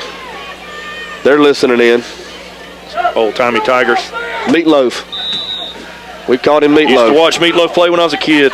Strawn 15, Dale County 7. That game's being played in the first half as well. Play action pass here for the Tigers. Keon Smith fires, has Kellen Wynn down inside the 40-yard line. That's going to be a pickup of about 9 yards. Second down and short for the Tigers. So the Tiger offense on the move again here late in the second quarter. T.R. Miller leading 14-6. Like another shaky spot to me, DJ. Look like progress. Bayside right 7. 7-6 with 6:05 to play in the half. So Bayside ahead of Pike County 7-6.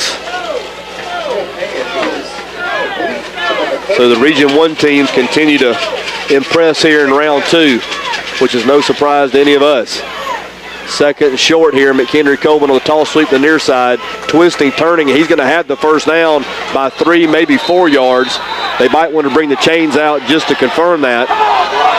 McHenry getting driven in the ground well after the whistle. There'll be no flag for that. You think they'll measure on this one, Bart? It only has about 3 yards. They might. They're actually going to move the chains on this one. So first and 10, T.R. Miller. DJ, I can't help but say it again. Our backs, Coleman stuck his foot in the ground, got north and south, and got a hard 3 yards for the first down. It's getting a little chippy out there after the play.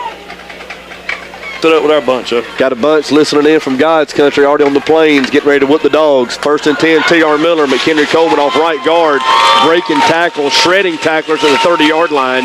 He gets it down inside the 25 to the 24.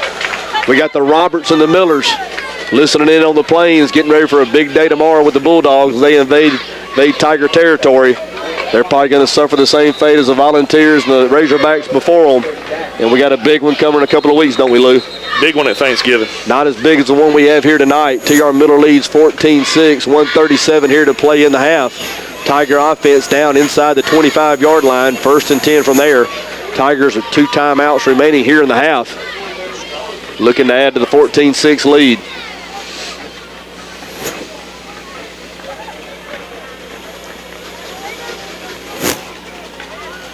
Spinks listening in as well. Spinks Megason wishing his Tigers well. Listen to Spinks when he talks about the weather. Young man knows what he's talking about. I may need to do that because I got about 4 or 5 different weather reports coming up here today, and neither one of them are right. Listen to this. We got one coming in from Ed and Leslie down in Tampa, Florida.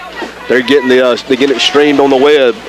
Their son Andrew getting ready to play in a travel baseball tournament. Thanks for listening in, guys, and good luck to all of you this weekend in your baseball games. Keon Smith draws back, fires to the sideline. McHenry Coleman, 10-5, touchdown, T.R. Miller. The Tigers coming out of the timeout. Schemed up a little play-action pass. Keon Smith found McHenry Coleman dragging back across the field, running wide open at the 10-yard line. McHenry takes it in, breaks the tackle at the 5. Touchdown, T.R. Miller. T.R. Miller now leads 20-6, 1:21 here to play in the first half. Extra point on the way. DG, I think that play has been there all night. Tell you what, Lou, it hadn't been easy. A lot of things have gone wrong for the Tigers, but it says a lot about their tenacity and was able to fight through. Careful. And play through another football coming in. Amelia Pete's through that one, I think. So a lot of good arms on the cheerleading squad here for this year's staff. Threw it back out in general population. He got fumbled. I think that was Donovan Weaver on the fumble down in general pop. I wonder if Donovan's hand's as good as his old man's. They weren't on that particular instance. Extra points up, it's good. Things starting to get real lively now in Midfield, Alabama. T.R. Miller 21, Midfield 6. DJ, that's big right before halftime. Stick another one on the board. Madison Academy 29, Hamilton 0. Madison Academy, you sit tight. You're going to get yours in a couple of weeks. Looking forward to meeting them in Tuscaloosa. Leads 10-0. That game at the half. Thanks to all of you that are sending scores in. Our good buddy English is sending some in.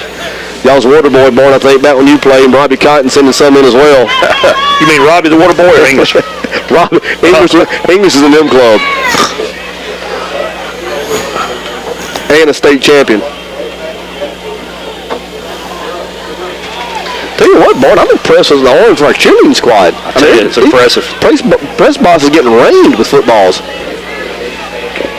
Get your head knocked off. T.R. Miller, 21. Midfield 6, 121 here to play in the half. It hadn't been easy. That kick's going to sit out of bounds, not Dominique's best effort. That's going to go out of bounds around the 34-yard line. So Midfield will put it in play there, 1st and 10. One timeout left. Midfield, they've shown the penchant for wanting to throw the ball deep. You think they're going to try to go get some more here before the half, Bart? They probably will, DJ. I tell you what, that was, you hate to see that unfortunate kick right there right before half to give them any kind of field position. I'll tell you what, let them mess around and throw another pick right here and see if the Tigers don't stick another one on them. 1st and 10, the nose of the football at the Patriot 35-yard line. It'll be 1st and 10.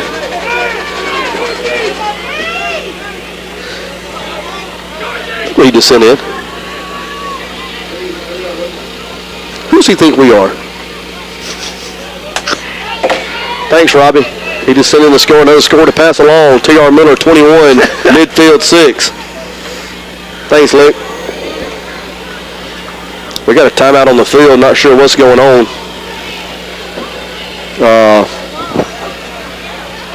There's really no telling.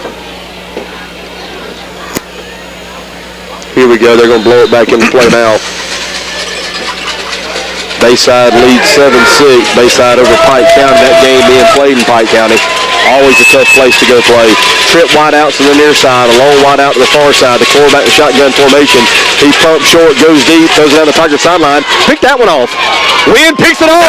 Wynn picks it off. The Tigers with 3rd turnover in the first half. DJ, we may have enough time to stick another one in right here. Wynn has it at the 32-yard line. Tigers have it 1st and 10 from there. 1:11 here to play in the half.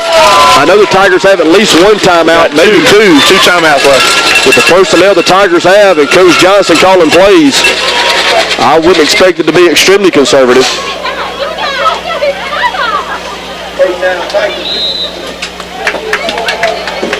I'm going to send a shout out, and I'm going to do this reluctantly right after this play. Play action pass to the far side of the field. Keon Smith and McKendry Coleman up near midfield into Patriot territory. He'll go out of bounds at the 49-yard line. 1st and 10 Tigers now in Patriot territory. Just over a minute to play here in the first half. A good friend of mine, Howard Joyner, listening in. Howard's son Tyler, a young man I think a lot of, has been offered, and I understand accepted a scholarship with Jeff Davis to play baseball starting next year. Look forward to Tyler playing this spring, but excited for him and the opportunities that are out in front of him. He deserves every good thing that happens to him. Thanks for listening in, guys. Keon Smith on the play action pass. He's going to pull it down the far sideline. 35-30, 25-20, 15-10, 5, touchdown, T.R. Miller. Touchdown, T.R. Miller. Keon Smith showing pass, dropping back. Flag on the, is that a flag? They're now doing flag over in the sidelines. There's a flag. There's a flag on the sidelines. It's laying 5 yards out of bounds. On the near sideline, the play was on the far sideline. I wonder if he just dropped it. Touchdown, yeah. Wait, hold on. Sideline warning. My goodness gracious. The touchdown's going to stand. Are you kidding me? The touchdown's going to stand. The Tigers flag for a sideline warning. I don't think I've ever actually seen that. They must have cheered a little loud on the sidelines. Never seen that actually called. Wow. Touchdown's going to stand. Keon Smith goes straight back to pass, flushed out of the pocket on the far side of the field, made a man miss at the 35-yard line, went down the sidelines untouched. T.R. Miller 27, the Patriots 6, extra point on the way. Jones manning the holder, trip for the snapper. The snap's back, the hole's down, the kick's up. Cardian Johnson is true again. So 28-6, 51 seconds here to play in the third quarter. Bart, I said it a minute ago, and I'll say it again. I hope the Patriots try to get another one, and we'll stick another one on them here. You're right. The Tigers well on their way to righting a lot of wrongs from a year ago. DJ, looked like Keon picked up a big block at about the 15-yard line by Dominique Jackson then. Tigers falling behind 6-0 early in this ball game to score 28 unanswered. They're in control now. I'd like to see Midfield take it easy, get ready for basketball season starting as early as tomorrow. But that'll be a choice they'll have to make.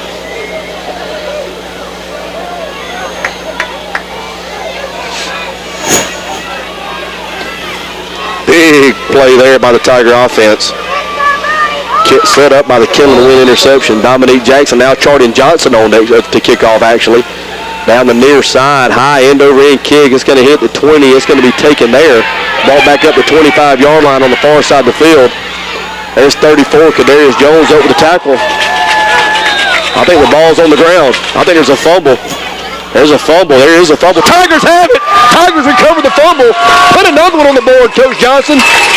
43 seconds here to go in the half. Kadarius Jones causing a fumble on the far side of the field.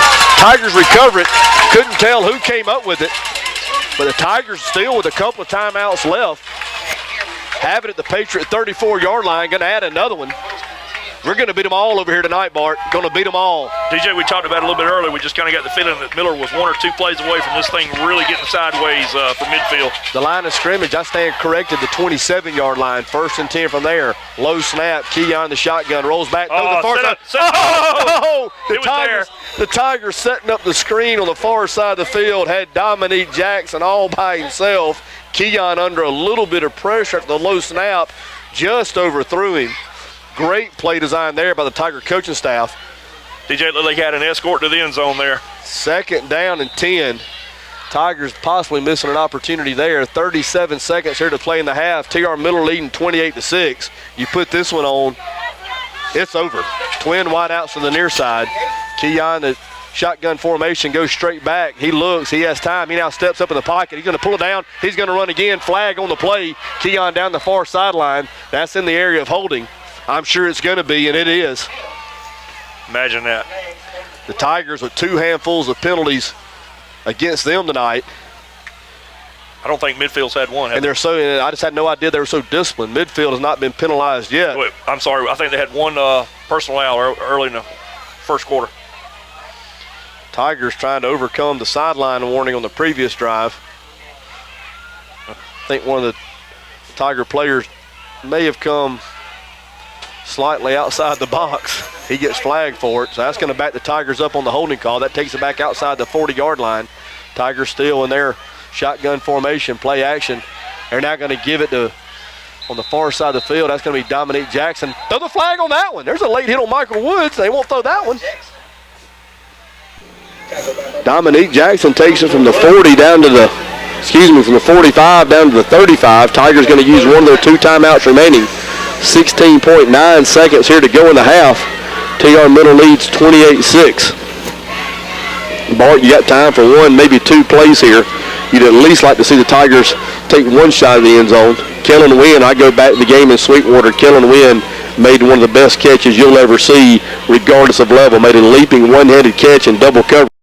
Not saying he could reproduce that here again tonight, but it does give you a little indicator of what his athleticism is. Yeah, DJ, I think you probably have to throw this one into the end zone. Speaking of that catch, I think it made top 5 Hudl National Play of the Year, I think you're right. Strawn up 15-7 that game at the half. So Region 1 being represented well here in the early going of round 2. 16 teams started the night. Still vying for the 8 left. Tiger offense back on the field. Twin wideouts to the near side. That's going to be Walker on the outside. McKendry Coleman the slot. Killen Wynn the lone wideout to the far side. Keon Smith, the quarterback, goes in the shotgun formation. Dominique Jackson behind him. Keon with the snap, rolls to the near side. He looks, he fires. He's going to overthrow McKendry Coleman on the near sideline, so that pass is going to go incomplete. He had him open, he just overthrew it a little bit. 3rd down, 10, 12.6 seconds now here to go in the half. DJ, I don't think midfield has covered the drag route yet. Tigers erupting for 28 points here in the last 12 minutes of play. After falling behind initially 6-0, has seized control of this ball game. Same offensive set for the Tigers. Wynn the lone wide out to the far side. Smith, the quarterback, takes a snap. He goes straight back. He looks. He's going to roll right. He's going to fire the end zone down the far sideline. Wynn's there. He goes up. That pass is going to fall incomplete. 3.4 seconds here to go. 4th and 10. The Tigers are going to send in, I think they're going to send in the punt team. Actually, they may go in and take it out. I'm not exactly sure personnel going to the game. So the quarterback's coming off. Yeah. That was 4th down. They have the scoreboard wrong, so they're going to take over on down. Looks like we got our safe defense in now. The Patriots will take over 1st and 10, 3.4 seconds here to go in the first half. TR Miller leads 28-6. Don't let anybody behind you. The Patriots look like they're going to take a knee, and they are. Yeah. So that's going to bring us to a close here in the first half. TR Miller 28, Midfield 6. We're going to take a break, and when we return, we'll have second half action. You're listening to TR Miller Football on 106.3.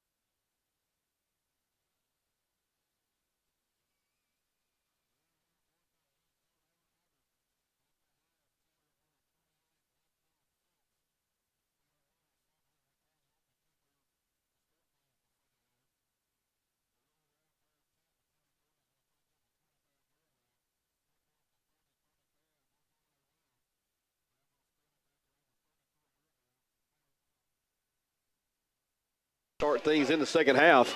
TR Miller leading 28-6. Backs in the I formation. Wide outs to either side. Dominique Jackson dots the I. He's going to have it off left tackle up to the 35-yard line into the 37-yard line. So that's going to be a pickup of about 5, maybe 6. So the Tigers starting to get the ground and pound game going. Bart, we thought that might happen. Tigers took control of the ball game there in the second quarter. You thought we might lean on them a little bit. It's like the Tigers are going to try to impose their will to start things here in the second half. Yeah, DJ, I would imagine that's probably the game plan from here on out. Get a heavy dose of the ground game, get the clock run off, and get out of here with a win.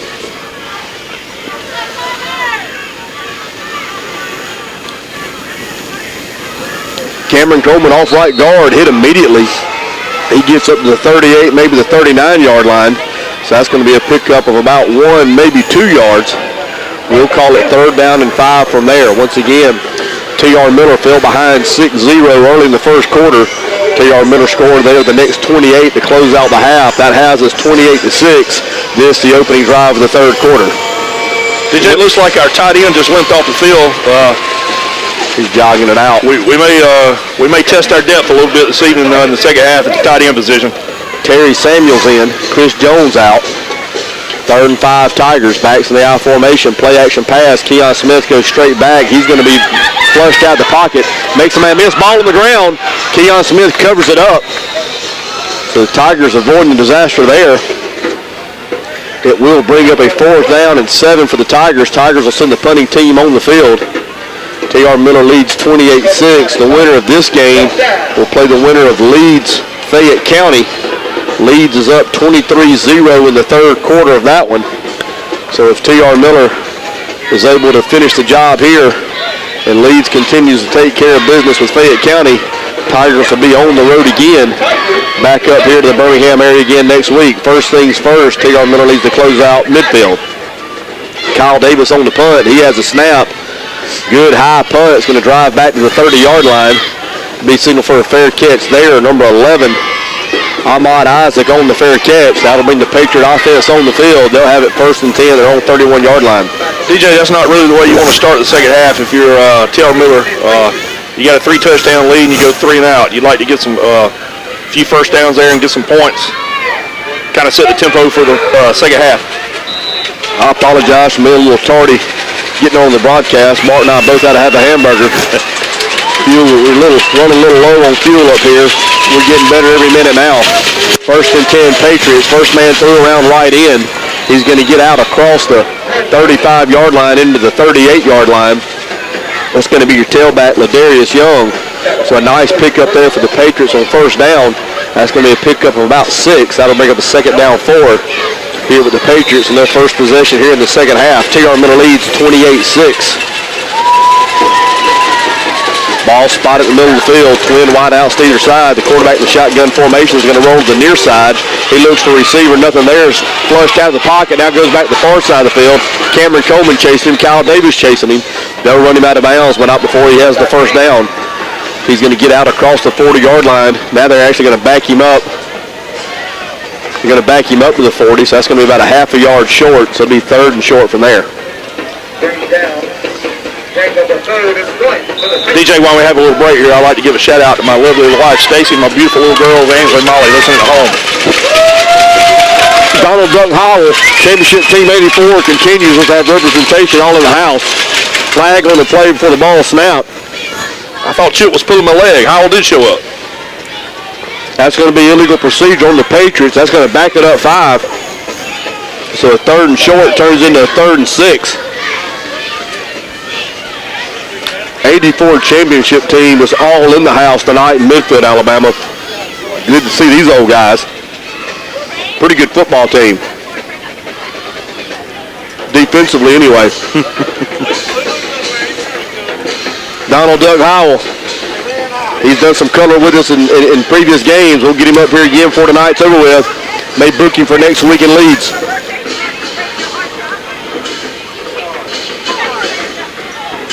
Timeout on the field. I'm not sure who called the timeout, Bart. Actually, I think it was Leeds called the timeout with the shot clock running down, so there was not a delay of game. So it will be 3rd and short Midfield once again having to burn a timeout here early in the half. 3rd and short. TR Miller leads 28-6. Twin wideouts to either side. Quarterback number 10, Aaron Gaines in the shotgun formation. Gaines takes the snap, the designated quarterback draw. He's going to have the first down. He's going to have more at the 45-yard line into midfield. He'll be run out of bounds on the far side of the field, just shy of midfield. That's going to be plenty of yardage for the first down. They'll move the chains. DJ looked like that opened up inside. He hit the hole and bounced it out. Nice little game. The nose of the football on the 50-yard line. 1st and 10 Patriots from there. Twin wideouts once again either side. Gaines, the quarterback, takes the snap. He rolls to the near side. He's going to slip. He's going to go down. Cameron Coleman, the nearest Tiger in the area. But Gaines losing his footing back around the 42-yard line. That'll be an 8-yard loss. So that'll bring up a 2nd down 18 for the Patriots as they are quickly behind the chains after getting the initial first down on their first drive here in the second half.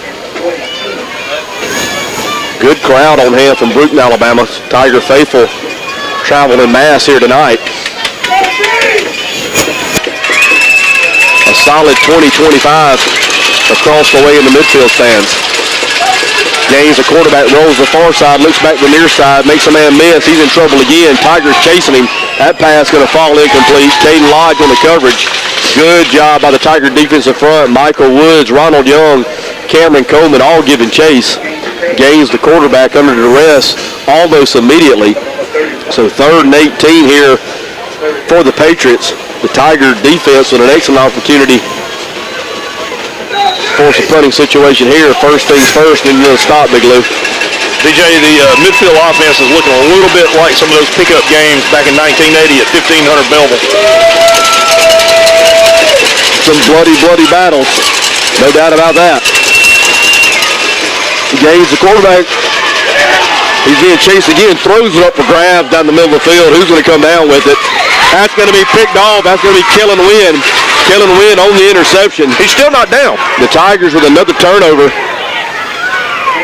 Things get a little chippy after the play. DJ, I don't think his knee ever hit the ground. They blew the whistle. Tigers making the smart play and running away from that one. Tiger defense creating their 3rd turnover that night. Now to put the Tiger O back on the field, this time at the 18-yard line. It'll be 1st and 10 from there. TR Miller leads 28-6. 8 minutes here to play in the 3rd quarter. Bart, you like to think a little 5-6 minute drive here that ends in a touchdown, and we'd be well on our way. I think you're right, DJ. Thanks, Bart. Wide outs to either side, backs in the I formation. Toss sweep to the near side. That's McHenry Coleman hitting the backfield. That play is going to lose 2, maybe 3 yards. So the Patriot defense not ready for basketball season to start just yet. DJ, doesn't look like the Miller offense is executing quite as well as it is right before half. Sometimes you just like to play right on through halftime. Dominique Jackson in. McHenry Coleman's going to stay in as well. There's going to be a timeout on the field. We're going to take it with them. 7:27 to play here in the 3rd quarter. TR Miller leads 28-6. You're listening to TR Miller Football 106.3. So the clock's winding. The clock has started. 30 seconds. 29, 28, 22 to 20. How's the clock running? The flag was on them. There's no way. How can they reset the play clock too? The play clock. I'm not sure this is right. The clock's down 16, Coach Riggs 15, is trying to ask 14. for an explanation. The clock is running. Courtney Foy takes the knee and he'll hit the ground. They don't have to snap it again, but the penalty was on them. I'm not sure how the clock can keep running. There's no way. There's no way the clock can keep running. The penalty Coach was an Riggs offensive penalty. is trying to get an explanation, and that's about as he's calling his So team. the clock says 0. Tiger offense on the field. They have it 2nd down and 12.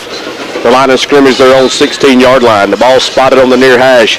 Wide outs to either side. Actually, a wide out to the far side is going to be Wynn. McHenry Coleman, the tight wing to the near side. Speed sweep to the near side. Ball's on the ground. Tamarick Jenkins covers that up. That'll be back at the 15-yard line. So the Tiger offense putting the ball on the ground on each of their first two drives here in the third quarter. Not what you want to see coming out of the half, as you mentioned earlier, Bart. You're right, DJ. I would imagine the hairs on the back of Coach Riggs' neck is about to start standing up. You reckon? I wouldn't want to get anywhere around him on the sidelines, that's for sure. That's going to bring up a third down, maybe we'll call it 17. Tiger offense needs to be careful here, try to get back some of the lost yardage. Hope the big junior Kyle Davis can come in and bang a punt and get you out of flip the field. Tall sweep to the far side, McHenry Coleman. He's going to be hit immediately. He's going to fall forward for a pickup of 1, maybe 2 yards. That'll bring him a fourth down and long. A definite punting situation here for the Tigers. Kyle Davis does make his way on the field. He'll stand back around the 3-yard line. Going back deep for the Patriots will be number 11, Ahmad Isaac. He stands at the Tiger 45-yard line. So the Tiger offense, after getting the ball on a turnover, went backwards on a couple of, after putting the ball on the ground a couple of times. How to bring the punting team on, that's where we stand. Kyle Davis has a snap. Good high kick. That's going to drive Davis back around midfield. That ball's on the ground. He's going to be drilled immediately. That's number 66, Trip Floyd. Trip once again handling the snapping. Great punt there by Kyle Davis, driving the returner all the way back to midfield. He bobbled it just a bit. Trip Floyd finishes him up immediately.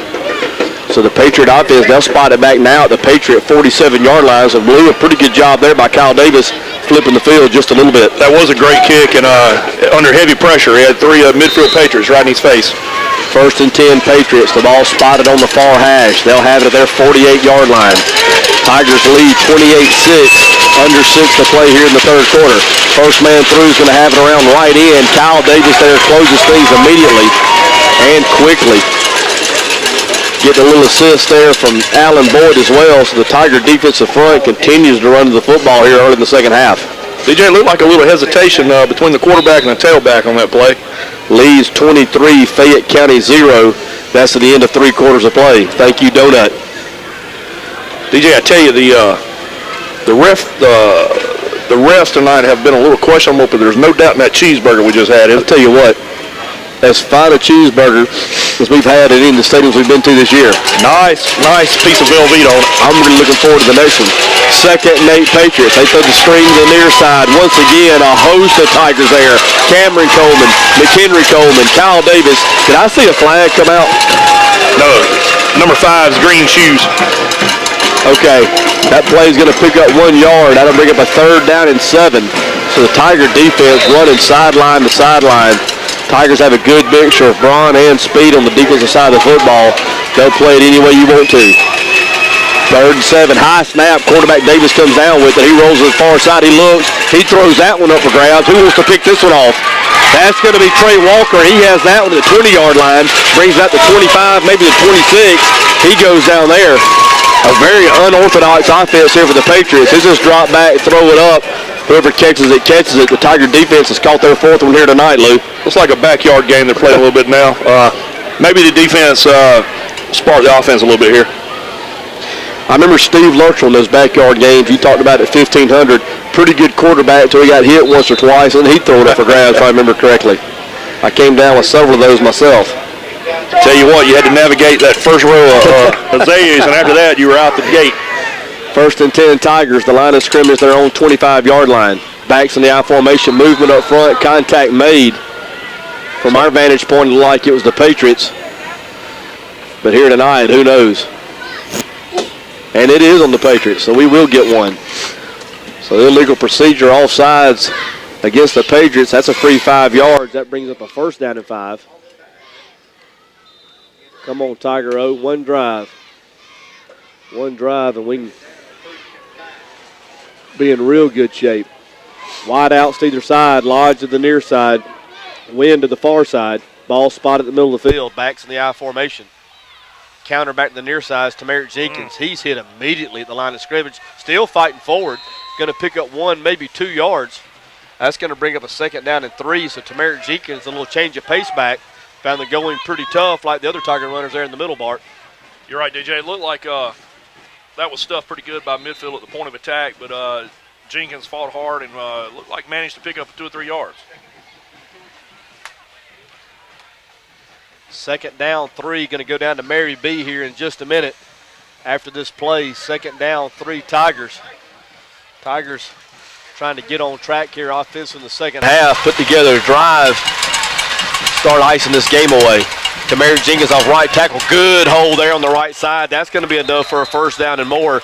Jenkins takes it out to the 39-yard line, running the counter back to the near side of the field.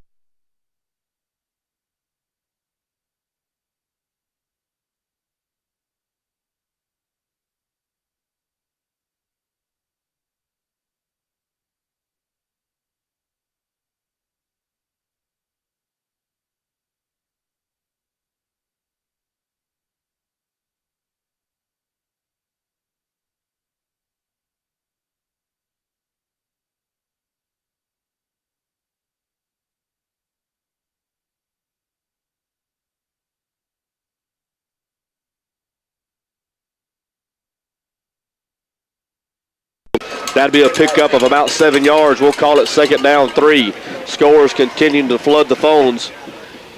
Madison Academy 29-12, and their second round matchup. Leeds up 30-0 in the 4th quarter. I'm going to go ahead and punch Leeds' ticket to the 3rd round. They're in. Go ahead and call that one. Basketball practice at Fayette County, 8 o'clock in the morning. 2nd down, we'll call it 4 for the Tigers, the nose of the football at the 45-yard line.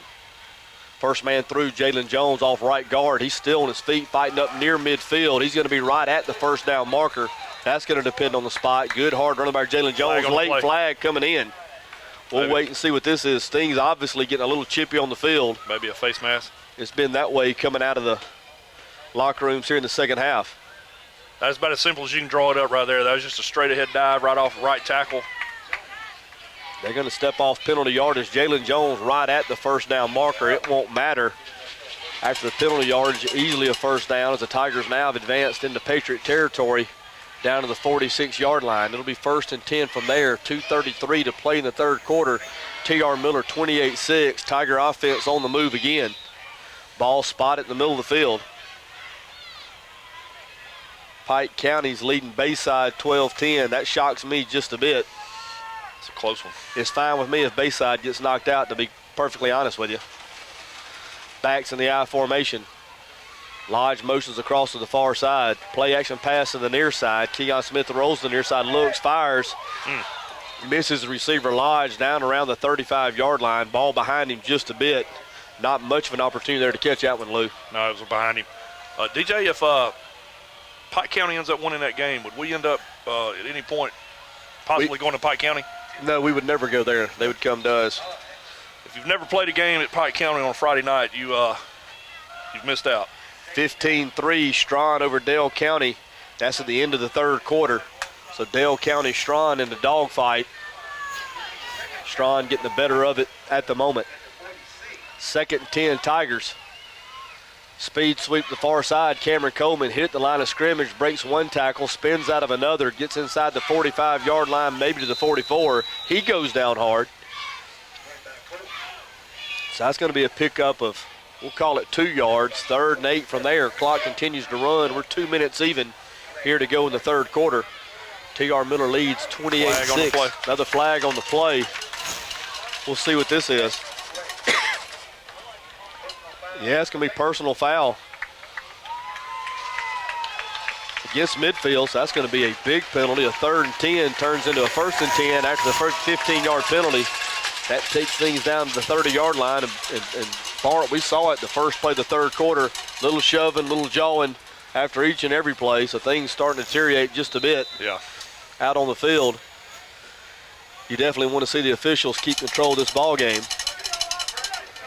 1st and 10, T.R. Miller, the line of scrimmage, the Patriot 30. One back in the backfield, that's Jackson.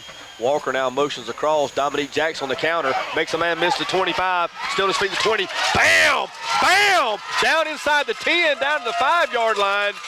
Dominique Jackson looking like Bo Jackson on that one. Just running through tacklers, Bart. Impressive run. Looked like we, same play working for us in the first half. We faked the speed sweep, counter it back inside with Dominique, and he makes one heck of a run right down to about the 8. That'll be one you'll want to watch on Hudl. Strawn just scored again. Strawn's up 22-13, 10:27 to play in the fourth quarter. Got a score in from Robbie Cotton, and I think these are teams that he has made up. He has Hooverville 43, Falkville 14. I've never heard of them. Robbie's always good for a few laughs around the locker room. He is. Couldn't play a lick, but he was good for a few laughs, wasn't he? Tell you what, Robbie That's all you can do. You said it best, laugh. Oh, Robbie Cotton. Hooverville out in front of Falkville, 43-13. Tigers down inside the 5-yard line. First and goal from the 2. 2 backs in the backfields, Cameron Coleman, McHenry Coleman. Keon Smith, the quarterback. Cameron Coleman off right guard, hit the line of scrimmage, driving forward down near the goal line. Arms have not come up yet. He gets driven backwards. Tip your hat to the Patriots. They won't go away easily. I just want them to go away. That's going to be the end of the third quarter. So at the end of 3 quarters of play, T.R. Miller 28, Midfield 6. We're going to stay here, Bart. Part of the responsibility of each radio broadcast is to relay a couple of public service announcements on behalf of the Alabama High School Athletic Association. I'm going to take one now. Ethics, integrity, and respect are values important in our daily lives. All of these values are learned by participation in interscholastic athletic programs. Coaches should set a good example for players and fans. Participants should treat opponents with respect, and respect should be extended to contest officials. Oops. Fans should be fans, not fanatics. A public service message from the Alabama High School Athletic Association. Also like to mention that the pregame meal today for the T.R. Miller Tigers was provided by the good people of Goodway Refining. Goodway Refining has provided a pregame meal twice this year, and we appreciate Roger Chapman and Goodway Refining for feeding the Tigers on this, their pregame meal for the second round of the playoffs. Where did y'all stop? We ate at Shoney's. Hamburger steak reminded me of the old days. Hamburger steak, mashed potatoes, green bean, and a roll. Enterprise 24, Smith Station 20. T.R. Miller alum David Faulkner doing well in round 2. We'll pull for them. Grammy listening all the way from San Francisco. I'll tell you, Bart, we're worldwide. Grammy. Mary B's grandmother. Tigers off left guard. Touchdown, T.R. Miller. Touchdown, T.R. Miller. Keon Smith off left guard. Quarterback sneaks off left guard. First play of the fourth quarter, T.R. Miller out in front, 34-6. Extra point on the way. My dad's in Seattle, Washington listening. Grammy's in San Francisco. Ed and Leslie are down in Tampa, Florida. If we can get somebody up in Maine to tune in, we'll have all 4 quarters taken care of. Caleb Stewart in Virginia. Tell you, I know Caleb, but I know his Uncle Carl real well. He was much of. He's got a prop sent your way. Big Lou doing a jam-up job. Congratulations, Bart. You had a heck of a night. Your postseason success continues here tonight, 28 years later. I've enjoyed it, DJ. Wait a minute. I heard this might be coming, and I think it is. Watch out. You better get your head on a swivel. Here comes the cheerleaders to throw their footballs. Wow. Look. It's raining football. It's raining football. The cheerleaders on cue just bombarded us with footballs. Another one got a lot of good arms in the group. They fired. Looked like a shotgun with all the pellets coming out. 10 cheerleaders times 2 footballs. We just got sprayed with 20 footballs. Thankfully, none of them found their way in the window. I like my chances of catching at least 3 or 4. How about you, Lou? You're right, DJ. I don't know if Amelia Peach doesn't have the strongest arm in the stadium. Huh? None made it. Not because they didn't try. I'd like to see the T.R. Miller cheerleaders put through a punt, pass, and kick competition. That'd be very competitive. T.R. Miller kickoff team on the field. That's going to be Chardy and Johnson. That's going to hit down around the 20-yard line, be picked up at the 18. Brought back out to 25, now taking the far side of the field. Still on his feet, 30, 35. Still on his feet, 40, 45. Runs out of bounds there. There's a push in the back on the far side of the field. No handkerchief there. Things really chippy down on the field. You better keep your head on the swivel, Lou. You're right, DJ, but I tell you, I said we got a couple guys out here that self-regulate this if need be. And that's one thing, we talk about how much the game's changed, Lou. I don't know how the teams you played on would have handled a game like this with a couple of sissy boys like Dwayne Hammock and Michael Herbert. Don't know if they'd have been up for some of the extracurricular stuff that's going on here tonight. Big B, they probably would have shied away from it, wouldn't they? I tell you, those three would have certainly been down for it. Probably would preferred it that way. 1st and 10 Patriots. They run the counter back to the near side. Big Allen Boyd stands him up at the line of scrimmage. And it sounded like a broken record. Kyle Davis, Cameron Coleman, McHenry Coleman all there as well. Kadarius Jones in the area also. So the Tiger defense continues to run to the football. They've done that each and every week as well. Bart, if you think about it, if you replay the season, not too many teams have had very much success running the football against the Tigers. We've had some issues once or twice with some of the better passing teams, but as we mentioned in the pregame, even those games we were able to force 3 or 4 turnovers, which in turn created extra opportunities for the offense. Been real impressed this year with the defensive play of the T.R. Miller Tigers, especially in run defense, DJ. They're real physical and strong at the point of attack. And if you can get a team one-dimensional, it makes it that much easier for you. Martha Scott listening in from Lynette, Alabama. Martha, of course, the sister of our good friend Yancey Jernigan. She'll be on the plains tomorrow also, ready to welcome the Bulldogs into town. I'm telling you, this thing's just taking on a life of its own, Bart. Tyler Reed, once again, gets it out, streams it on the web. The technology that's in place these days makes it a lot easier for Tiger fans to obviously follow from anywhere. 3rd down 7, throws across midfield. That's going to go in and out of his hands. That'll fall incomplete. So that'll bring up a 4th and 7. Tiger defense standing tall here again. Just into the 4th quarter. 10:27 here to play in the ball game. T.R. Miller 34-6. I didn't even realize the last extra point. We missed, but we did. DJ, it's like we're starting to rotate some backups in.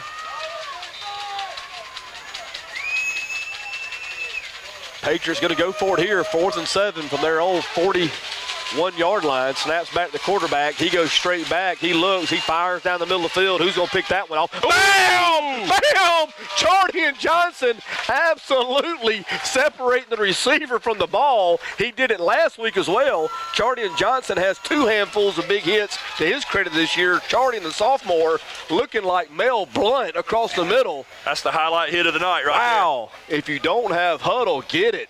You'll want to see that hit over and over and over again. Whoa. Charlie and Johnson. Boy, I hope Madison Academy sees that one. Tigers take over on downs. They'll have it at the 42-yard line of the Patriots. It'll be 1st and 10 from there. Ball spotted on the near hash. 20-7, Auburn over Foley. That game in the second half. You got your second compliment of the night, Big Lou. Aunt B. She said you sounded a little heavy, but you sounded good. What you weighing in these days, that Lou? I'm a biscuit shy of 220. You still the strongest logger in the state? Yes. 1st and 10, Tigers. Coleman off left guard, picks up 4. That'll bring up a 2nd down and 6. The line of scrimmage now, the Patriot 37-yard line. Tigers having a tough time getting personnel on the field. Charlie and Johnson running on late. Tamarick Jenkins in at tailback. He's going to have on the tall sweep the far side of the field, cuts it up, breaks a tackle at the 35-yard line, gets into the 34. That's going to be about a yard shy of the 1st down, so good hard running there by the Tiger sophomore. Not sure they're necessarily done for the night, probably are, but when you get a whole quarter and get Dominique and Cameron and McHenry over there on ice, saving them for another week, that's invaluable also as well, Bart. You're right, DJ. We mentioned earlier you'd like to get the win and get out of town with no injuries. Looks like we still have the first offensive line in, though. That's going to be one. You're right. That's going to be still the ones across the front line. Jalen Jones in at fullback. Tamarick Jenkins the tailback. Keon Smith, of course, stays in at quarterback. Tall sweep to far side, Tamarick Jenkins. He's going to have the 1st down. He gets out near the 30-yard line. That should be plenty for the first, 3rd and 2. Tell you what, DJ, he ducks in there behind that tall offensive line of his, and he's hard to find. Almost hides behind him and just kind of squirts through. Before you know it, he's picked up 5 or 6. That is going to be a first down. They'll move the chains again.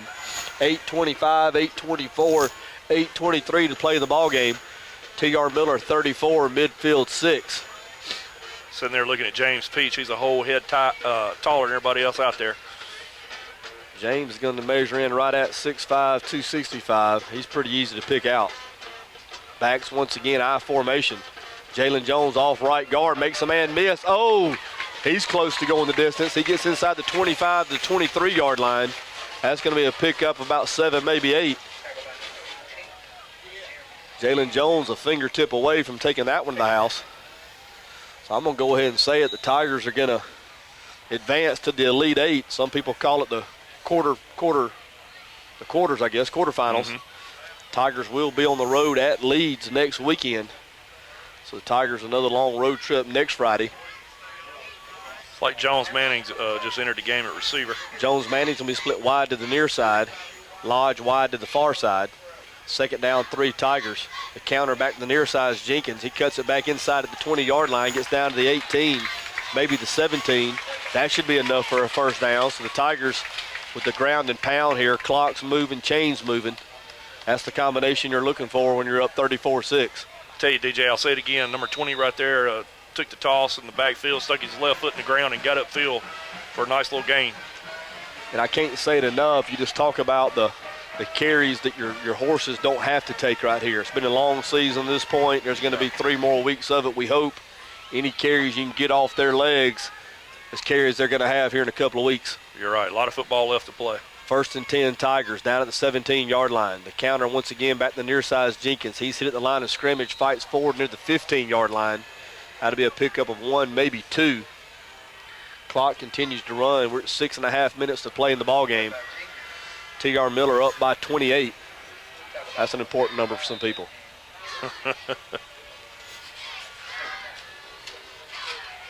Second down, 8 for the Tigers. Bayside up 18-12. Still close. We've talked about the 84 class over and over again. I'm going to say hey to a couple of my classmates, one in particular. Hey.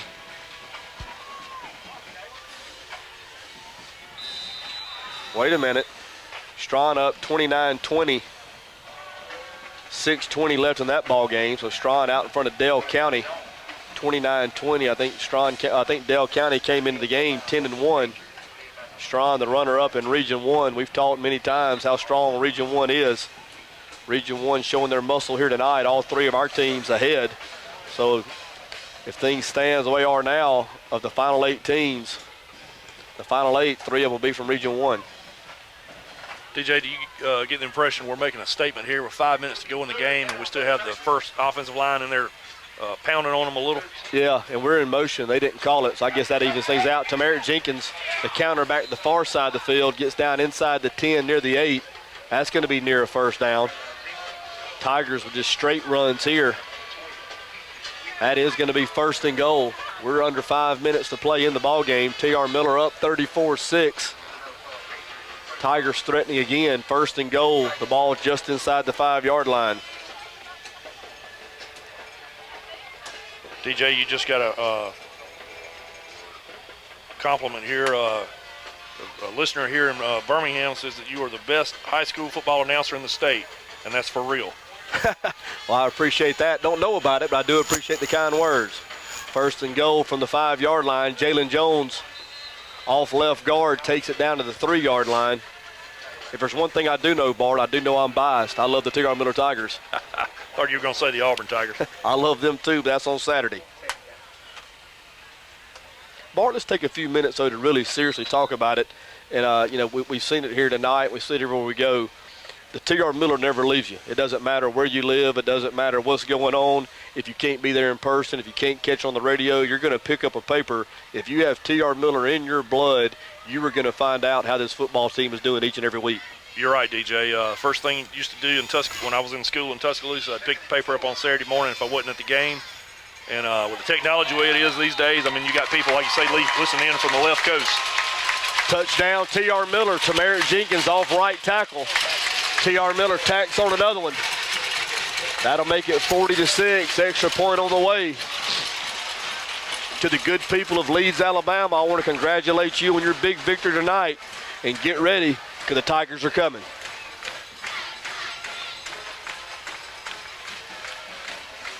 Chardy and Johnson on for the extra point. Smith Station just took the lead over Enterprise. Let's get the extra point in first. It's good. I'm wondering if we need to close the window here in anticipation of the barrage of plastic footballs. I think they're probably coming again. T.R. Miller 41. 6. Now I think the cheerleaders are going to do it the old-fashioned way, throw them to everybody. For those of you just joining in, they lined up right out in front of the press box with the open window, and it was like a shotgun. 20 footballs coming at us. No hits. Go back to that Enterprise score. One of my former teammates, David Faulkner, the head coach at Enterprise. Smith Station 27, Enterprise 24, 6 minutes to go in the fourth quarter. Come on, David Faulkner. Jason Madden and Brandon Wilcox over there as well. So a lot of our former Tigers over there doing it at Enterprise. I tell you, David's been real successful at some of the bigger schools in the state. Hoover, Alma Bryant. He was at Foley, I believe, wasn't he? Foley? Yeah, sure was. Didn't he coach Julio Jones? I think he did. That's the final. Leeds 30. Fayette County 0. We'll see you next Friday, Leeds. Tigers on to kick off. I'm not sure if we had a whistle. We're going to get offsides. I think we had a whistle.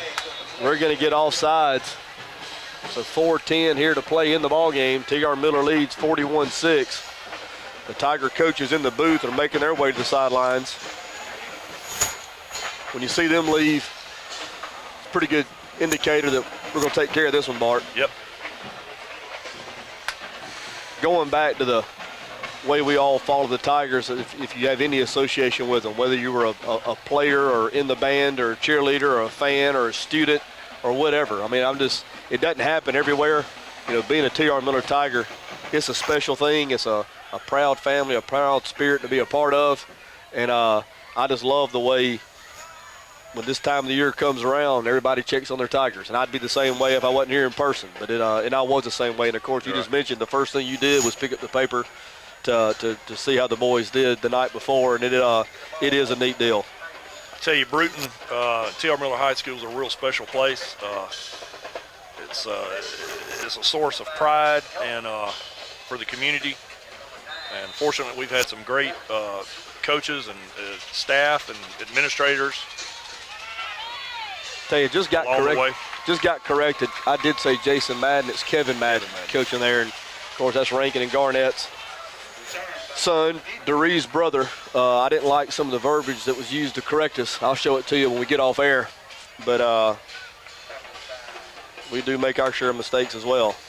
But Bart, I don't want to get out of here before telling you how much I've enjoyed having you as part of the broadcast tonight. It's been a lot of fun. Of course, you're extremely knowledgeable about the game, played it. A great player here at T.R. Miller. You had a lot to offer as far as being on a successful championship run yourself, and I appreciate you taking time to make the long road trip up here and be with us tonight. Well, I really do. I enjoyed it. Appreciate you having me, and wouldn't mind doing it again. 1st and 10 Patriots. They run the counter back to the near side. Tigers continue to swarm. Tigers still have the ones for the most part on defense. That play is going to get out across midfield. It's going to be right at the first down marker. Now they're going to move the chains. So that play does pick up a first down. I tell you, one of the things I love is I watch Coach Riggs and his coaching staff. They never stop coaching. Tigers are going to win this ball game. They're going to win this game in convincing fashion. Coach Riggs taking a few moments here to coach up one of his defensive backs who didn't do things quite right on the previous play. And look at him. He won't let it go. And that's what leads to success. Exactly. That's what I was coach. You took the words out of my mouth. That's why this program is so successful. The bar never comes down. It doesn't matter the opponent. It doesn't matter the score. It doesn't matter the situation. The bar is never coming down. Attention to detail. Well, I tell you, we talked about during the pregame, and I talked about this team and the way they handled themselves just on the trip up here. Very mature. It was a business trip. You could tell that, This wasn't a pleasure trip. This wasn't, fun getting to get up to North Alabama. These guys meant business. I sat across from McHenry Coleman. I watched him on the bus. I don't mind telling you, I'm a people watcher. That sounds a little creepy, but I am. He didn't have on a headset. He went and texted on his phone. I'm not sure he blinked from Clanton to Birmingham. He was focused. He looked out the front windshield, and he was ready to get it on. And his play here tonight has shown that. You're right, DJ. We talked about it earlier. This team just has a sense of urgency about it. They're all business, and I really think that there are special things to come for them. Bart, one question. Impossible to do, but it is fun when our schools had so many great teams down through the year, and we have a good time in them club room talking about the best teams, the best players, this, that, and the other. You take the 84 team and match them up against this. I think it's a given that Alan Boyd would wear you and Fergie out. Take that matchup out of the mix. How would these two teams match up? I think it'd be a real slugfest. It would be. Two hard-nosed physical football teams, tough guys on both sides. It would be a fun one to watch. There's McHenry Coleman kind of giving back a little bit the Tigers have received on the far side of the field. That probably could have drawn a flag as well. It didn't. We may be a little more athletic, though, with players like your brother Steve and James Weaver. We might have a little athleticism. Do you think James Weaver would still be standing after what Chardian Johnson just did to that receiver out there? James was a tough little guy. He was a gamer. He's got him a ring, and he was a big part of that too. Talked about Roger Jones maybe having the defensive play of the T.R. Miller's history. Not sure that Weaver's catch didn't get things going also. You're right. You couldn't have had one without the other, that's for sure. That's going to go off right guard. That'd be a pickup of about 2 yards. We're down to 3 minutes to play. T.R. Miller 41, Midfield 6. T.R. Miller will advance to the third round of the playoffs. There'll be 8 teams left. Everybody trying to get their hands on that blue map. There's a team out of the Huntsville area that I think's already kind of got some plates engraved with their names on it. Well, I think these Tigers are going to have something to say about it. I'd love to get my shot at them. First things first, we have to go to Leeds, Alabama next Friday. Take care of them. Swing pass to the far side of the field. Alan Boyd, the defensive tackle. Bart, you may not know this, also the state champion in the 110 high hurdles. And he's playing defensive tackle. That kind of gives you a little more indicator about his athleticism. I'm going to bring Mary B in real quick. Mary B down the sidelines. Mary B, things a little shaky for the Tigers early in this ball game.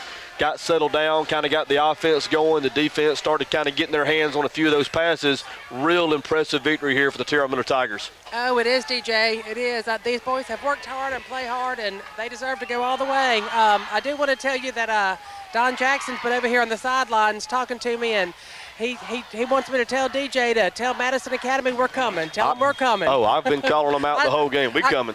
I told him you were, but he just wanted to make sure that I told you that. Hey, Mary. Yeah. Do you have newspapers stuck down in those boots to keep them on your feet? No, I wear a size 10. I have they look feet. They look like Rutgers from here. No, they're not Rutgers. They're mine. Hey, they're doing the job. Good deal. Been a good Mary B. I want you to stay with us. I'm not done just yet. Okay. Once again, we talked about the Tigers advancing to the third round. Tigers going to move to 12-0 on the season. What an exciting run this has been. We still got a lot of football to go, and I've sensed each week here in the Bruton community things starting to liven up just a bit. I expect this next week in Bruton to be extremely electric. Oh, I do too, DJ. I hope you're right about it. Is next week is not Thanksgiving, right? It's the weekend after that. That's right. It's later this year. Okay. Yeah, I expect and I really hope that our fans that are at home or listening will go ahead and plan to make the trip to Leeds with us next week. We need everyone to come and support our Tigers. Tell you what, it'll start next Thursday. I'm sure the Tigers will have similar travel arrangements they did this week. Next Thursday night, I'm sure there'll be a pep rally there at the gymnasium. What a heck of a way to send our kids off next Friday if we could get a big turnout for the pep rally on Thursday night. I know the cheerleaders and the band work extremely hard during the week to provide such a good environment, spirited environment for our football team. So I'm going to challenge and personally invite the entire Bruton community to come out to that pep rally, which I'm sure will be next Thursday night. Isn't that right, Mary B? Yes, I assume it'll be Thursday. I assume at 6 o'clock. I wish they'd do it at 6:30 so we can go to Tiger Talk first. We might try to do that. We'll talk to Coach Riggs and see if he'll do that. Hey, hold on. Do you see who's coming off the field? No, wait a minute. 24. We didn't even know when he was in. Grammy, Pops, Brooks was in the Brooks was in the game and didn't get a chance to mention him. And then a shocker, he didn't fumble a punt. So we're extremely proud for Brooks for getting in and out, not having any turnovers. But now we love Brooks. We pick at him every time he goes out there. Tiger defense stays on the field.